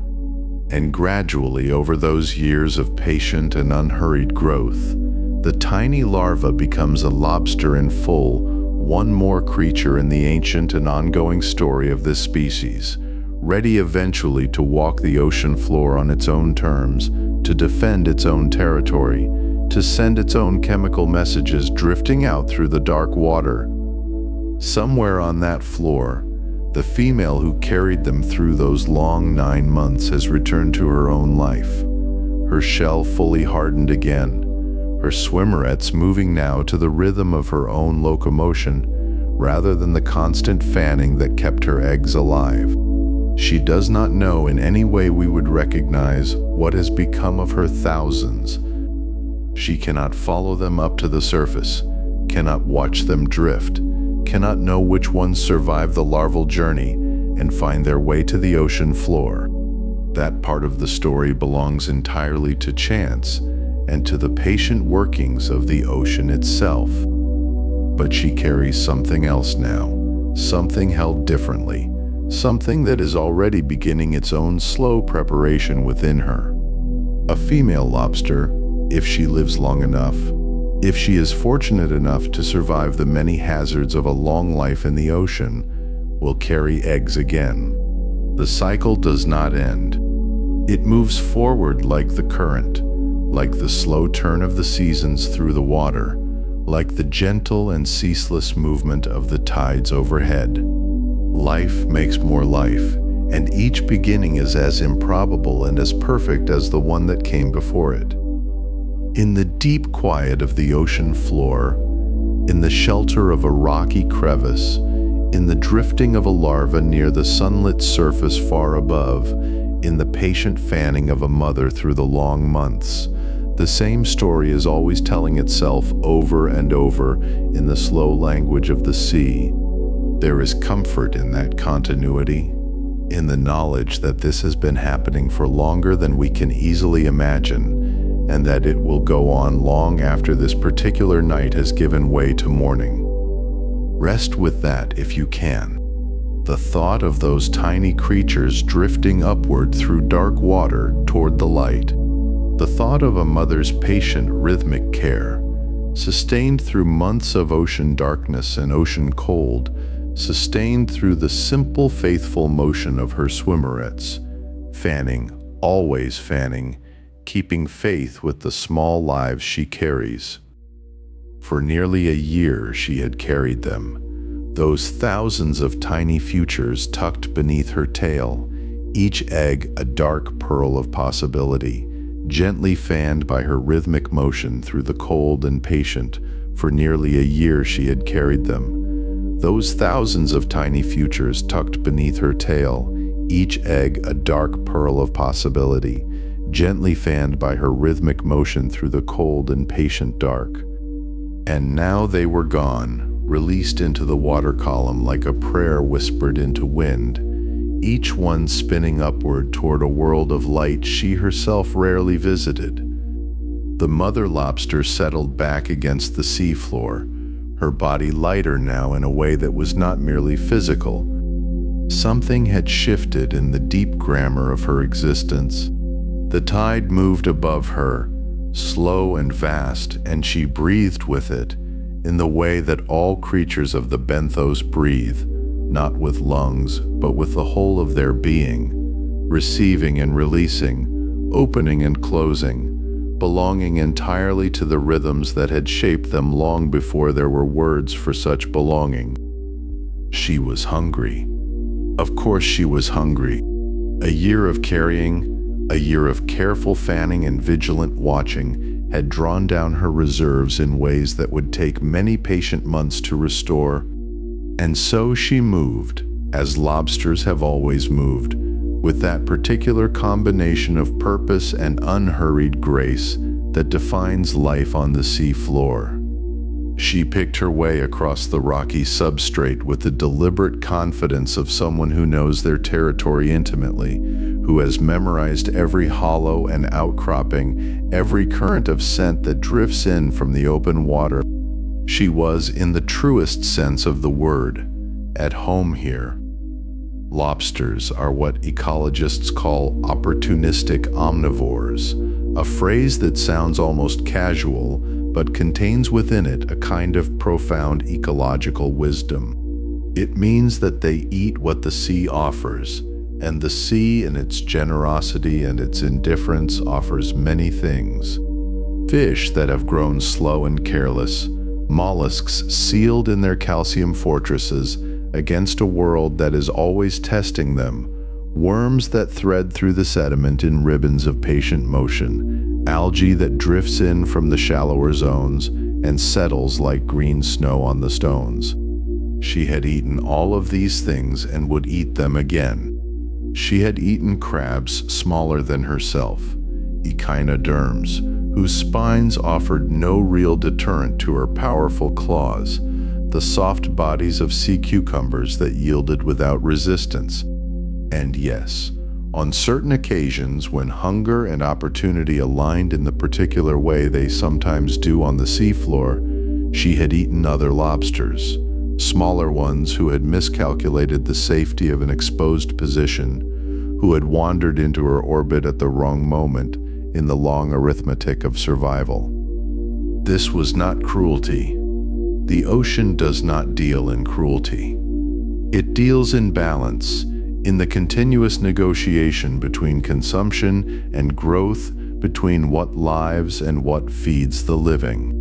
Cannibalism among lobsters is a real and documented behavior, and in the cold ledger of ecology, it is simply one more mechanism by which energy is transferred, by which nutrients cycle through the system, by which populations regulate themselves over time. She did not think about it in these terms, of course.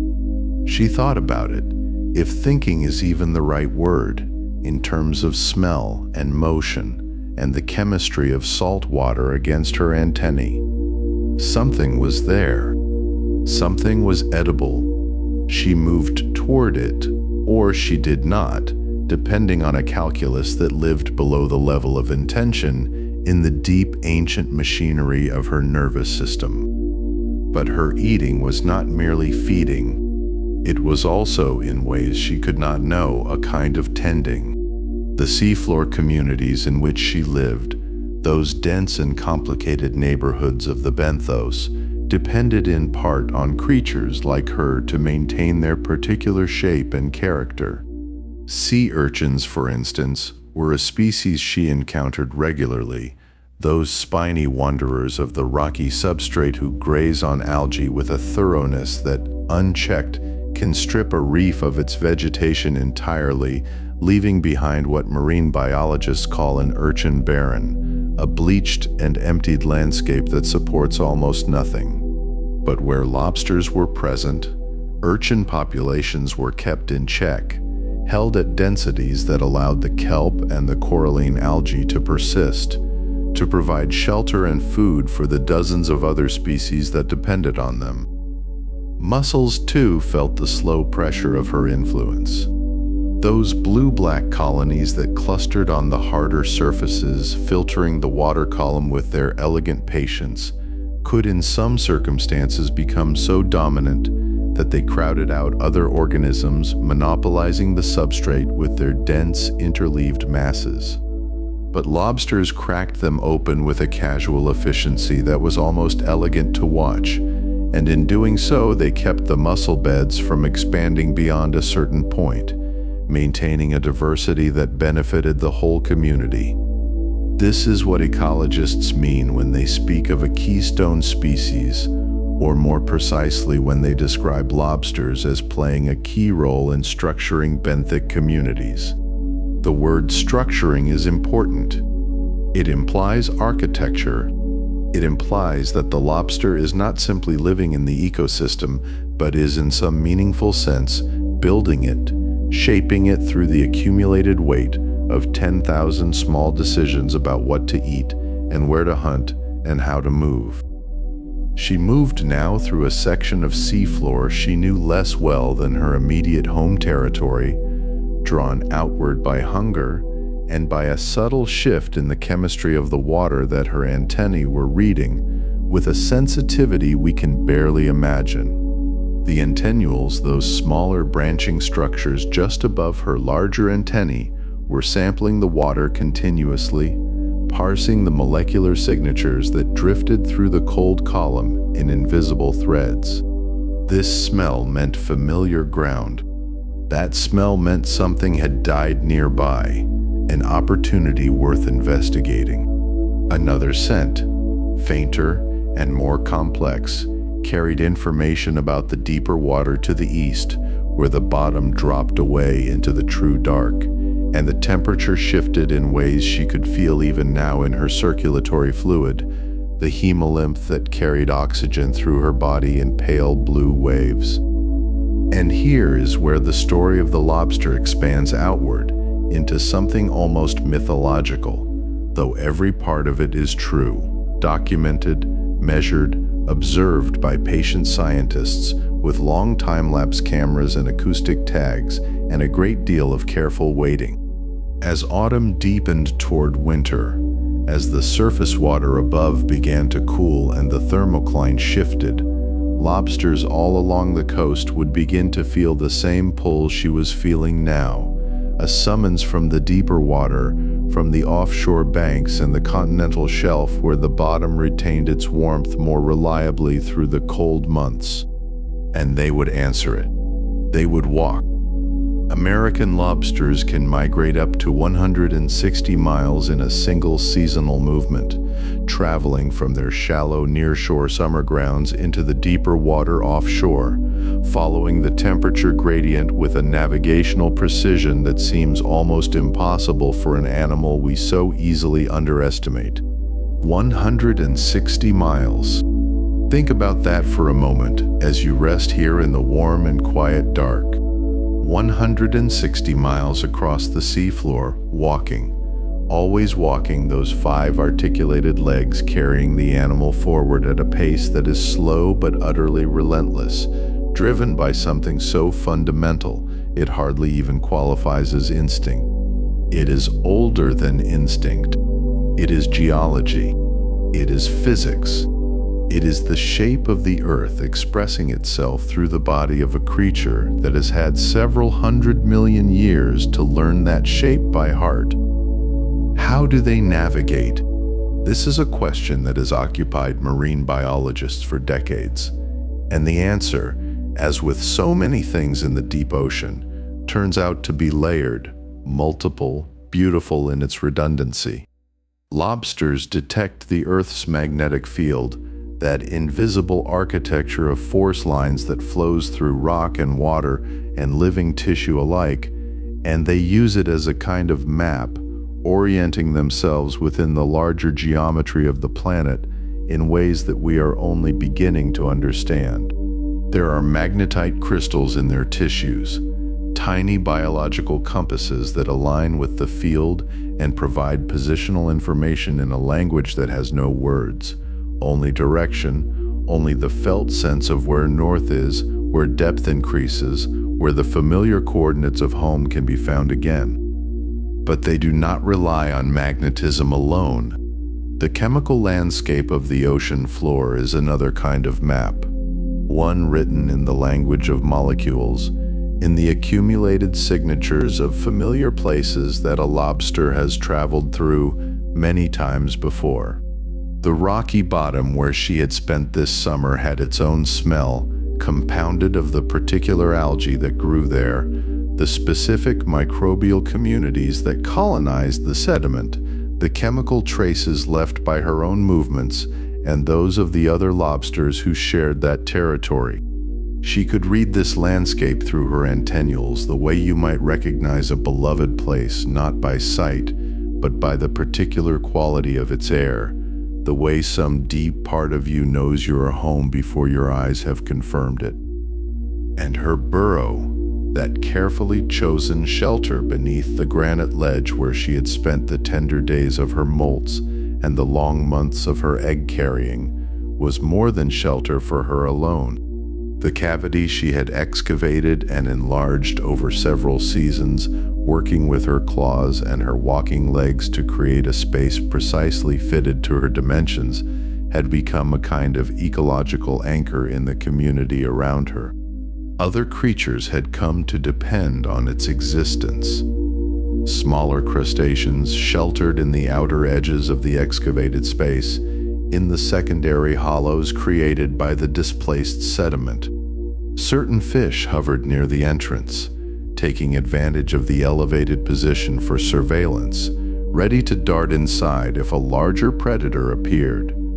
The burrow had become a microhabitat, a small world within the larger world, and the dozen or so species that used it in various ways throughout the day and the night were part of an invisible web of dependency that radiated outward from her single act of construction. This is one of the things that marine ecologists find most compelling about lobsters, and one of the things that makes their conservation so ecologically significant.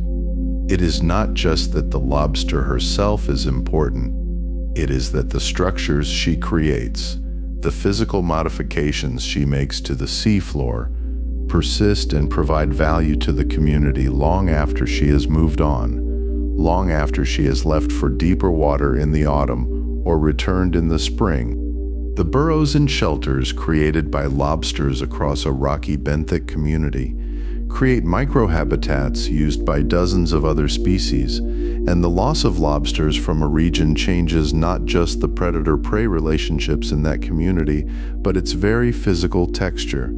The number of available refuges, the complexity of the substrate, the intricacy of the architecture that life requires in order to diversify and persist. She was moving now with more intention, the chemical cues from deeper water growing stronger and more compelling as the night advanced. Around her, she was not alone, though in the darkness and the quiet it might have seemed so. Other lobsters were moving too, drawn by the same gradient, reading the same magnetic and chemical information from the water around them. Individually, they were solitary creatures, fiercely territorial in the ways that matter most to them, quick to raise their claws at another lobster who wandered too close to their claimed ground. But in migration, something shifted. The territorial imperative softened. The urgency of the shared journey overrode the usual geometry of personal space, and they moved through the night together, not in a school the way fish move, not in a coordinated formation, but in a loose and ancient procession that stretched across miles of seafloor, each one following its own reading of the magnetic and chemical text, each one walking its own particular path toward the same deep destination. Imagine them, 10,000 lobsters in the dark, their exoskeletons catching no light, because there is no light to catch, their antennae reading the invisible letters of the Earth's own handwriting in the water around them. The seafloor passing beneath their walking legs, the sediment stirring gently in their wake, the small creatures of the benthos parting before them and closing again after, the whole procession, as patient and inexorable as the season that summoned it. This is something that has happened every autumn for longer than our species has existed to wonder at it. The lobsters have been making this migration for tens of millions of years, walking the same general corridors toward the same deeper water, guided by the invisible architecture of the Earth's magnetic field. They walk their slow migration across the dark plains of the ocean floor, 10,000 lobsters moving together in a procession as ancient as the sea itself, following a pull as old as the first, guided by the invisible architecture of the Earth's magnetic field. They walked their slow migration across the dark plains of the ocean floor, 10,000 lobsters moving together in a procession as ancient as the sea itself, following a pull as old as the first living thing that ever turned itself toward warmth and sustenance, and the blind certainty that somewhere ahead, conditions would be better than they were right here. And as they moved, something remarkable was happening inside each one of them. Something so small, so intimate, so quietly extraordinary that it would take human science centuries to understand it fully, and even then, even now, when we hold the chemistry in our minds and can name each atom and describe each bond, there remains something about it that feels like miracle, like discovering that the darkness itself has a color, like learning that the cold, lightless water of the deep ocean is threaded through with something impossibly delicate, impossibly beautiful. Lobster blood is blue. Not blue in the way we sometimes say things are blue when we mean navy or slate or the soft gray of a winter sky. Blue in the truest, most literal sense. A pale, ethereal blue, like the first suggestion of dawn before the sun has committed to rising. Like the memory of a summer sky held in a glass of water. When a lobster's blood is carrying oxygen, when it is doing the essential work of keeping this ancient creature alive in the cold dark of the seafloor, it shimmers with this impossible color, and the reason for that color is both beautifully simple and endlessly profound. It comes down to copper. Deep inside the body of every lobster, woven into the protein that does the work our hemoglobin does in us, there are copper atoms. Quiet, diligent little nuclei surrounded by their electrons, waiting to receive oxygen molecules as they pass through the gill chambers, waiting to hold them gently for the journey through the circulatory channels, and then to release them where the body's tissues need them most. The protein that contains these copper atoms is called hemocyanin, and it is one of the older solutions to the problem of oxygen transport that evolution ever arrived at. Not the most efficient, not the most celebrated, but astonishingly well suited to the world a lobster actually lives in. In our own blood, and in the blood of all vertebrates, the protein doing this work is hemoglobin, and at the heart of hemoglobin, there is iron. Iron is a remarkable atom, generous with its electrons, able to bind oxygen and release it in a rhythm as steady and dependable as breathing itself. And the iron in hemoglobin, when it is bound to oxygen, gives our blood its color, that deep arterial red, that rich crimson that is always seen to us like the very color of life. We are red-blooded creatures in the most literal sense, and something about that redness feels essential, feels like it ought to be the only way. But evolution, in its patient, exploratory way, discovered another way long before vertebrates existed. It discovered that copper could do something similar to what iron does, though differently, though in its own slower and more measured fashion. Hemocyanin does not carry oxygen as efficiently as hemoglobin. In the warm, oxygen-rich conditions that our bodies maintain, hemocyanin would struggle. It binds and releases oxygen with less urgency, less speed, less sheer carrying capacity per molecule. By the standards of mammalian physiology, it is a modest performer. But lobsters do not live in warm, oxygen-rich conditions. They live in cold water, often in environments where oxygen is sparse, where the temperature is barely above freezing, where the chemistry of the water itself changes the rules of what works and what doesn't. And in these conditions, in the cold, in the low oxygen quiet of the deep, hemocyanin excels. The same properties that make it seem inefficient in warmer conditions give it an elegant advantage in the chill. It holds onto oxygen more readily when the water is cold. It delivers what the body needs without the energetic overhead that more aggressive oxygen transport would require. It is, in its quiet way, perfectly matched to its world. Think of it as the difference between a river in summer and a river in winter. In summer, the water moves fast, turbulent, carrying everything with it in a rush. In winter, the river slows. It moves with a different kind of purpose. It covers the same ground, but in its own time, in its own manner, conserving what needs to be conserved, moving with the particular dignity of cold things. Hemocyanin is the winter river of blood. It does what needs to be done in the language of cold and depth and slow patient movement. And its color reflects its state in the most beautiful way.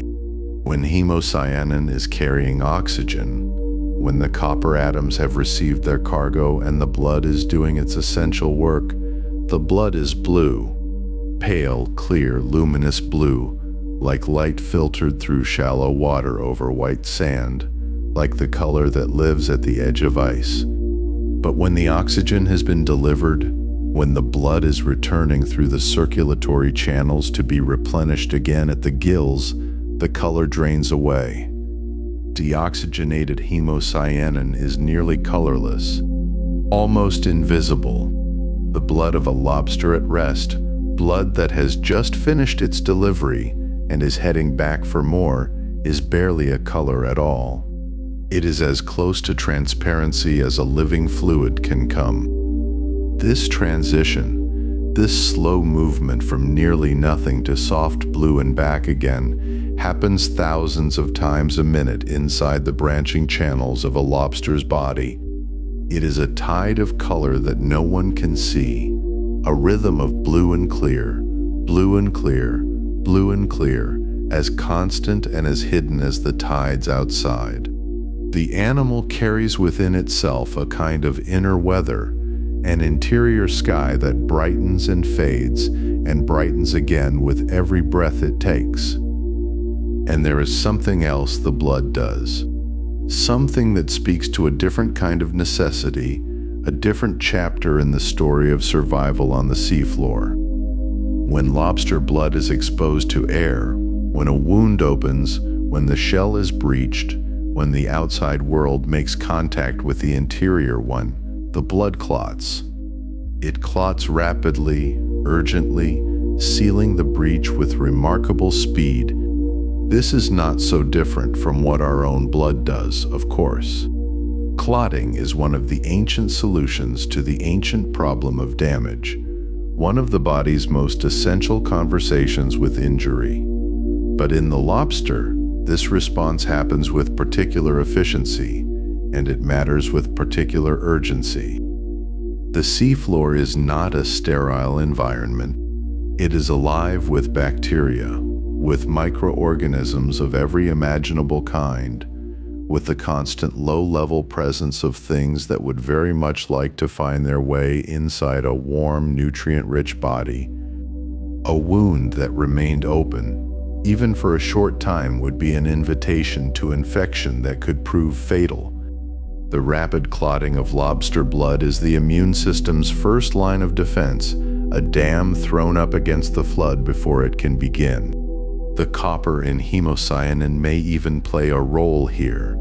Copper has natural antimicrobial properties, has been used by humans for this purpose for centuries, and the copper-rich blood may offer some additional protection even as it seals the wound. The blood clots, and the animal continues. The procession continues. The 10,000 lobsters moving across the seafloor continue their slow single-file pilgrimage, and inside each of them this blue chemistry persists, this quiet miracle of copper and oxygen and water, this alternative answer to the question of how to stay alive in the dark. It is worth pausing, if only for a moment, to sit with the strangeness and the beauty of this. We are so accustomed to thinking of blood as red. Our myths and stories and paintings are full of red blood. Our language has made red blood synonymous with vitality and courage, and the very fact of being alive, that it takes a genuine act of imagination to hold in mind the idea of blood that is blue.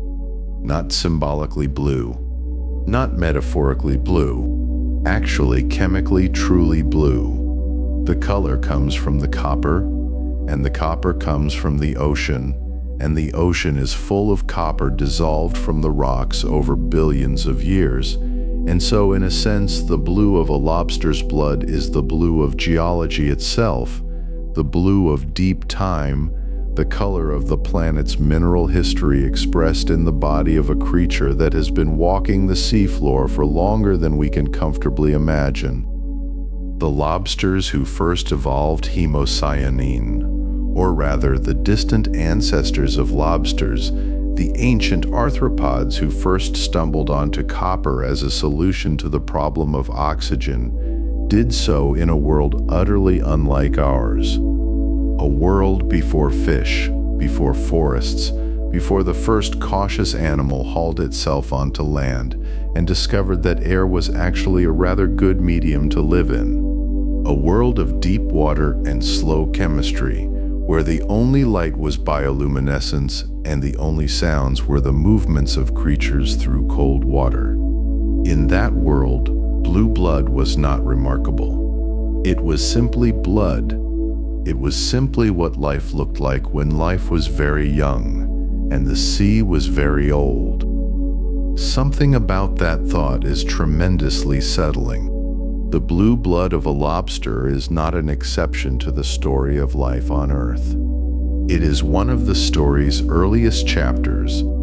It is a reminder that our red-blooded certainty about what life should look like is just one answer among many, that the ocean tried several answers before settling on the ones we know best, and that the answers it tried first are still out there, still working, still moving through the cold water in long, patient lines. The lobsters continue their migration. The current shifts overhead. The magnetic field of the earth hums its inaudible note through the water, through the sand, through the shell and muscle and nerve of 10,000 animals who do not know that they are remarkable and do not need to know. Inside them, the blue tide rises and falls. The copper atoms receive their oxygen and carry it forward and release it and return. The blood clots at any breach and flows freely everywhere else. The body does what bodies do. The intricate, improbable, beautiful work of remaining alive in a world that is trying, gently but persistently, to take that life apart. And the blue of it, the particular blue of it, pale as a held breath, clear as cold water, the color of the inside of a shell when you hold it to the light. There is something in that color that feels appropriate for this kind of life, for this depth and this cold and this patient, enduring way of being in the world. Red feels urgent. Red feels warm. Red belongs to hearts that beat fast and lungs that fill and animals that run. But blue, pale, cool, nearly transparent blue, blue belongs to slowness and depth and the long view. Blue belongs to the seafloor. Blue belongs to creatures who have been here since before the word ancient had any meaning. And so inside every lobster, coursing through branching channels so fine they can barely be seen, runs this cool blue tide, a liquid the color of the sky reflected in still water, carrying oxygen bound to copper as though the sea itself had decided that life here would run not on iron and red, but on something softer, something the same shade as the last breath of twilight over open water. The kind that lingers just a moment longer than you expect, before the dark comes in and holds everything still.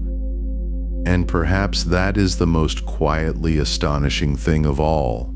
Not that lobsters exist, not even that they have survived so long and in so many forms, but that they carry within them this entirely other logic of living, this blue and copper chemistry that says the world can be built more than one way, that the solutions to the problem of being alive are stranger and more numerous than we ever thought to imagine lying awake in the ordinary dark of our ordinary rooms. There is something in that knowledge worth holding gently as you rest, not as a lesson, not as a fact to be memorized and tested, just as a presence, a soft and persistent reminder that the ocean has been trying things, refining things, returning to things, for so long that our entire sense of history, all the centuries we have named and numbered and worried over, barely registers against the depth of what has already happened beneath the waves. The American lobster, Homerus americanus, is one of the most studied marine invertebrates in the whole of science. Researchers have spent careers inside the strange intimacy of their biology, following the branching paths of their nervous systems, mapping the architecture of their joints, measuring the concentrations of copper proteins in that blue blood, with instruments so precise they can detect change at the molecular level.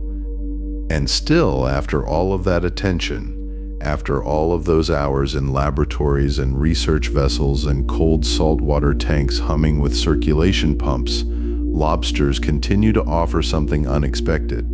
They continue to be more than the sum of what has been measured. There is always another question waiting at the edge of the light, something that slips just past the reach of the instruments and asks to be followed a little further out into the blue. Part of what draws scientists back, again and again, is that lobsters exist at the intersection of so many things we care about and do not yet understand. They are armor and softness at once, ferocity and patience, ancient design and continuous reinvention. They are creatures that have watched entire ocean systems form and dissolve and form again, and they have adjusted quietly, without drama, finding the next available depth, the next suitable substrate, the next fold in the seafloor, where the temperature is right and the prey is close. They do not resist change so much as they absorb it, incorporate it, carry it forward in their cells and their behaviors, and the particular slant of their antennae as they read the chemical news of a new and unfamiliar water. We see this now in the Gulf of Maine, one of the fastest warming bodies of water on the planet, where the temperatures have risen in ways that have reshuffled the relationships between species that have coexisted for thousands of years. Cod, once the defining presence of those waters, have moved or declined as the warmth changed what was available and where. But lobster populations in the Gulf of Maine have dramatically increased, expanding into waters that were once too cold, taking advantage of changes in prey availability and the reshuffling of predator pressure that the warming has brought. Scientists are watching this with careful attention because it tells them something important, not just about lobsters, but about the whole system. Lobsters have become indicator species, living instruments the ocean uses to communicate its own condition to those willing to read it. The density of their populations, the timing of their molts, the size distributions of the animals being caught in traps along the coastline, all of this carries information about what the water is doing, what the food web is doing, where the balance is shifting, and how fast.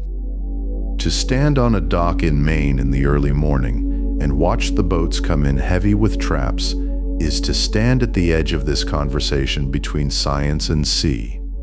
The lobstermen who have worked those waters for generations carry their own accumulated knowledge, a different kind of data, less numerical but no less real, reading the season in small signs the way you might read a familiar face for emotion. The angle of the light on the water, the behavior of the gulls, the particular quality of the cold that comes off the surface in October before the weather changes. And increasingly, researchers work alongside this knowledge rather than in opposition to it, understanding that the ocean speaks in many registers and that listening carefully means learning to hear more than one of them. There is a poetry to ocean science that tends to go unspoken in the papers and the proceedings, tucked beneath the methodology sections and the confidence intervals like a soft thing that would not survive too much direct examination. But it is there. It runs through the work like that cool blue current runs through the lobster, quietly, persistently, giving everything its color and its direction. The people who study the sea are not purely rational about it. They cannot be. The sea will not allow it. It is too large and too old and too full of things that exceed what reasoning alone can hold. You can measure the salinity and the temperature gradient and the dissolved oxygen concentration and still feel, standing at the bow of a research vessel in the middle of the night, that the ocean is not merely a body of water. It is something that has been thinking in its slow and distributed way for longer than thinking had a name, and lobsters are part of that thought. Every lobster alive today carries within its cells the accumulated problem-solving of nearly 500 million years, an unbroken chain of survival that stretches back through time so deep it becomes almost impossible to hold in the mind without a kind of vertigo. The way looking down from a very high place makes the ground seem both very solid and very far. Each individual animal is a link in that chain, just as its parents were and their parents before them, back and back through warm, shallow seas and cold, deep channels, and the slow rearrangement of continents, through every mass extinction event that cleared the oceans of so much, and left the lobster lineage still moving across the bottom, still finding food, still molting and hardening, and growing into the next version of itself. The chain did not break, not once, not in nearly 500 million years. There is something in that continuity that feels almost sacred, or at least something for which the word sacred is the closest available approximation. A recognition that what has persisted this long has earned a kind of reverence, not because it is perfect or even particularly beautiful by any conventional measure, but because it has refused in its quiet and armored way to stop. Scientists who study lobster aging carry some of this reverence with them into the laboratory, though they might not use that word for it.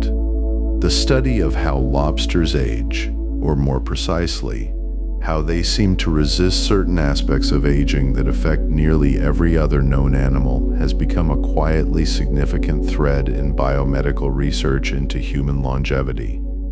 The enzyme telomerase, which lobsters produce in high quantities throughout their lives, continues to inspire questions about cellular senescence, about the biological clocks that run inside our own cells and eventually wind down, leaving the machinery of replication less reliable, the proteins less precisely folded, the repairs less complete. Lobsters do not experience this in the same way. Their cells continue to divide with something closer to the efficiency of youth, even as the animal grows enormous in the deep, cold water.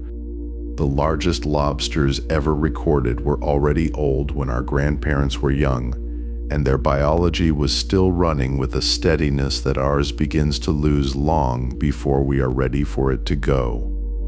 This does not mean that lobsters have solved aging or that the ocean holds some secret we can simply extract and transfer. Biology is not that cooperative, and the systems involved are too complex and too interlocked for such clean translations. But the questions that lobster biology raises are real and ongoing, and the research continues, patient, incremental, humble in the way that good science tends to become when it spends enough time close to something genuinely strange. The lobster asks questions of us without knowing it does so. It exists, and in existing, it poses problems that the laboratory is still slowly unfolding, one careful experiment at a time, in the small hours of the morning while the rest of the world sleeps. And so we arrive gently at the edge of sleep ourselves, not through any dramatic conclusion, but through the natural drift that follows long attention. The mind that has followed the lobster this far has traveled some distance through the architecture of shells and blood and time, through the geography of cold ocean floors and warm laboratory lights, through the mathematics of survival and the quiet poetry of things that persist. There is a particular kind of tiredness that is not exhaustion, but something more like completion. The feeling of having walked a long way through good country and arrived somewhere where sitting down feels exactly right. The body knows it. The breath slows without being asked to. The edges of things soften in the way that edges do, when the nervous system finally agrees to rest. Imagine the ocean now as it is in its own deep hours, far from any shore, far from the surface where the weather happens and the ships move and the light changes with the day. Down in the middle depths where pressure has compressed everything into a different kind of silence, where cold water layers over colder water in strata, as distinct as the pages of a very old book, something is always moving. Always finding its way, always following the chemical signature of food or safety, or the right temperature across a terrain that no human eye will ever directly see. The creatures of that depth carry no awareness of being observed or studied or found remarkable. They simply are, as they have always been, as all living things are in their most fundamental state, not performing existence, not narrating it, but living it completely, in every slow heartbeat and every incremental movement across the floor of the world. The lobster on the seafloor tonight does not know that it is a symbol of resilience, does not know that its blue blood has been analyzed in papers published in journals that live on servers in cities it will never come close to. It does not know that its genome has been sequenced, that its neurons have been mapped, that its capacity for longevity has made it an object of genuine wonder among people who spend their lives thinking carefully about what it means to stay alive in a body that is always very slowly working against itself. The lobster knows only what its ancient and capable senses tell it: the temperature of the water against its thin membrane, the pull of the current, the faint molecular thread of something worth moving toward. It lifts one of its long antennae, that dark and elegant instrument, and lets the water tell it what the water knows. And what the water knows is very old and very patient, and in no particular hurry to say everything at once. Close your eyes if they are not already closed. Let the image of deep water settle over you the way water itself settles, gradually finding its level, covering the uneven places until everything beneath it is smoothed into one continuous quiet surface. You do not need to hold on to any of this. It will be here tomorrow, all of it. The science and the strangeness, the copper blue blood and the unbroken chain of 500 million years, the warming gulf and the patient researchers, and the lobsters moving slowly across the dark and ancient floor of the sea. None of it requires your attention right now. The ocean will continue its long and complicated conversation without you for a few hours, and when you return to it, whenever you choose to return, it will still be speaking in that low and patient register, still carrying its questions out toward the horizon and back again with the tide.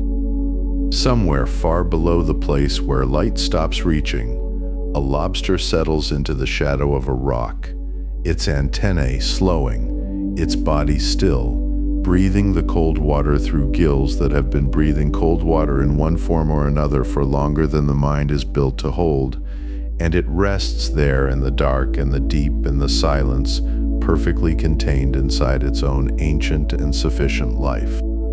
And so our gentle journey through the deep, quiet world of the lobster drifts softly to a close. These ancient, blue-blooded wanderers of the ocean floor have carried us into peaceful waters tonight. If your eyes are still open, the next chapter waits whenever you are ready, unhurried and calm. But if sleep is already pulling you under like a slow, warm tide, then simply let it. Good night, dear one. Rest deeply.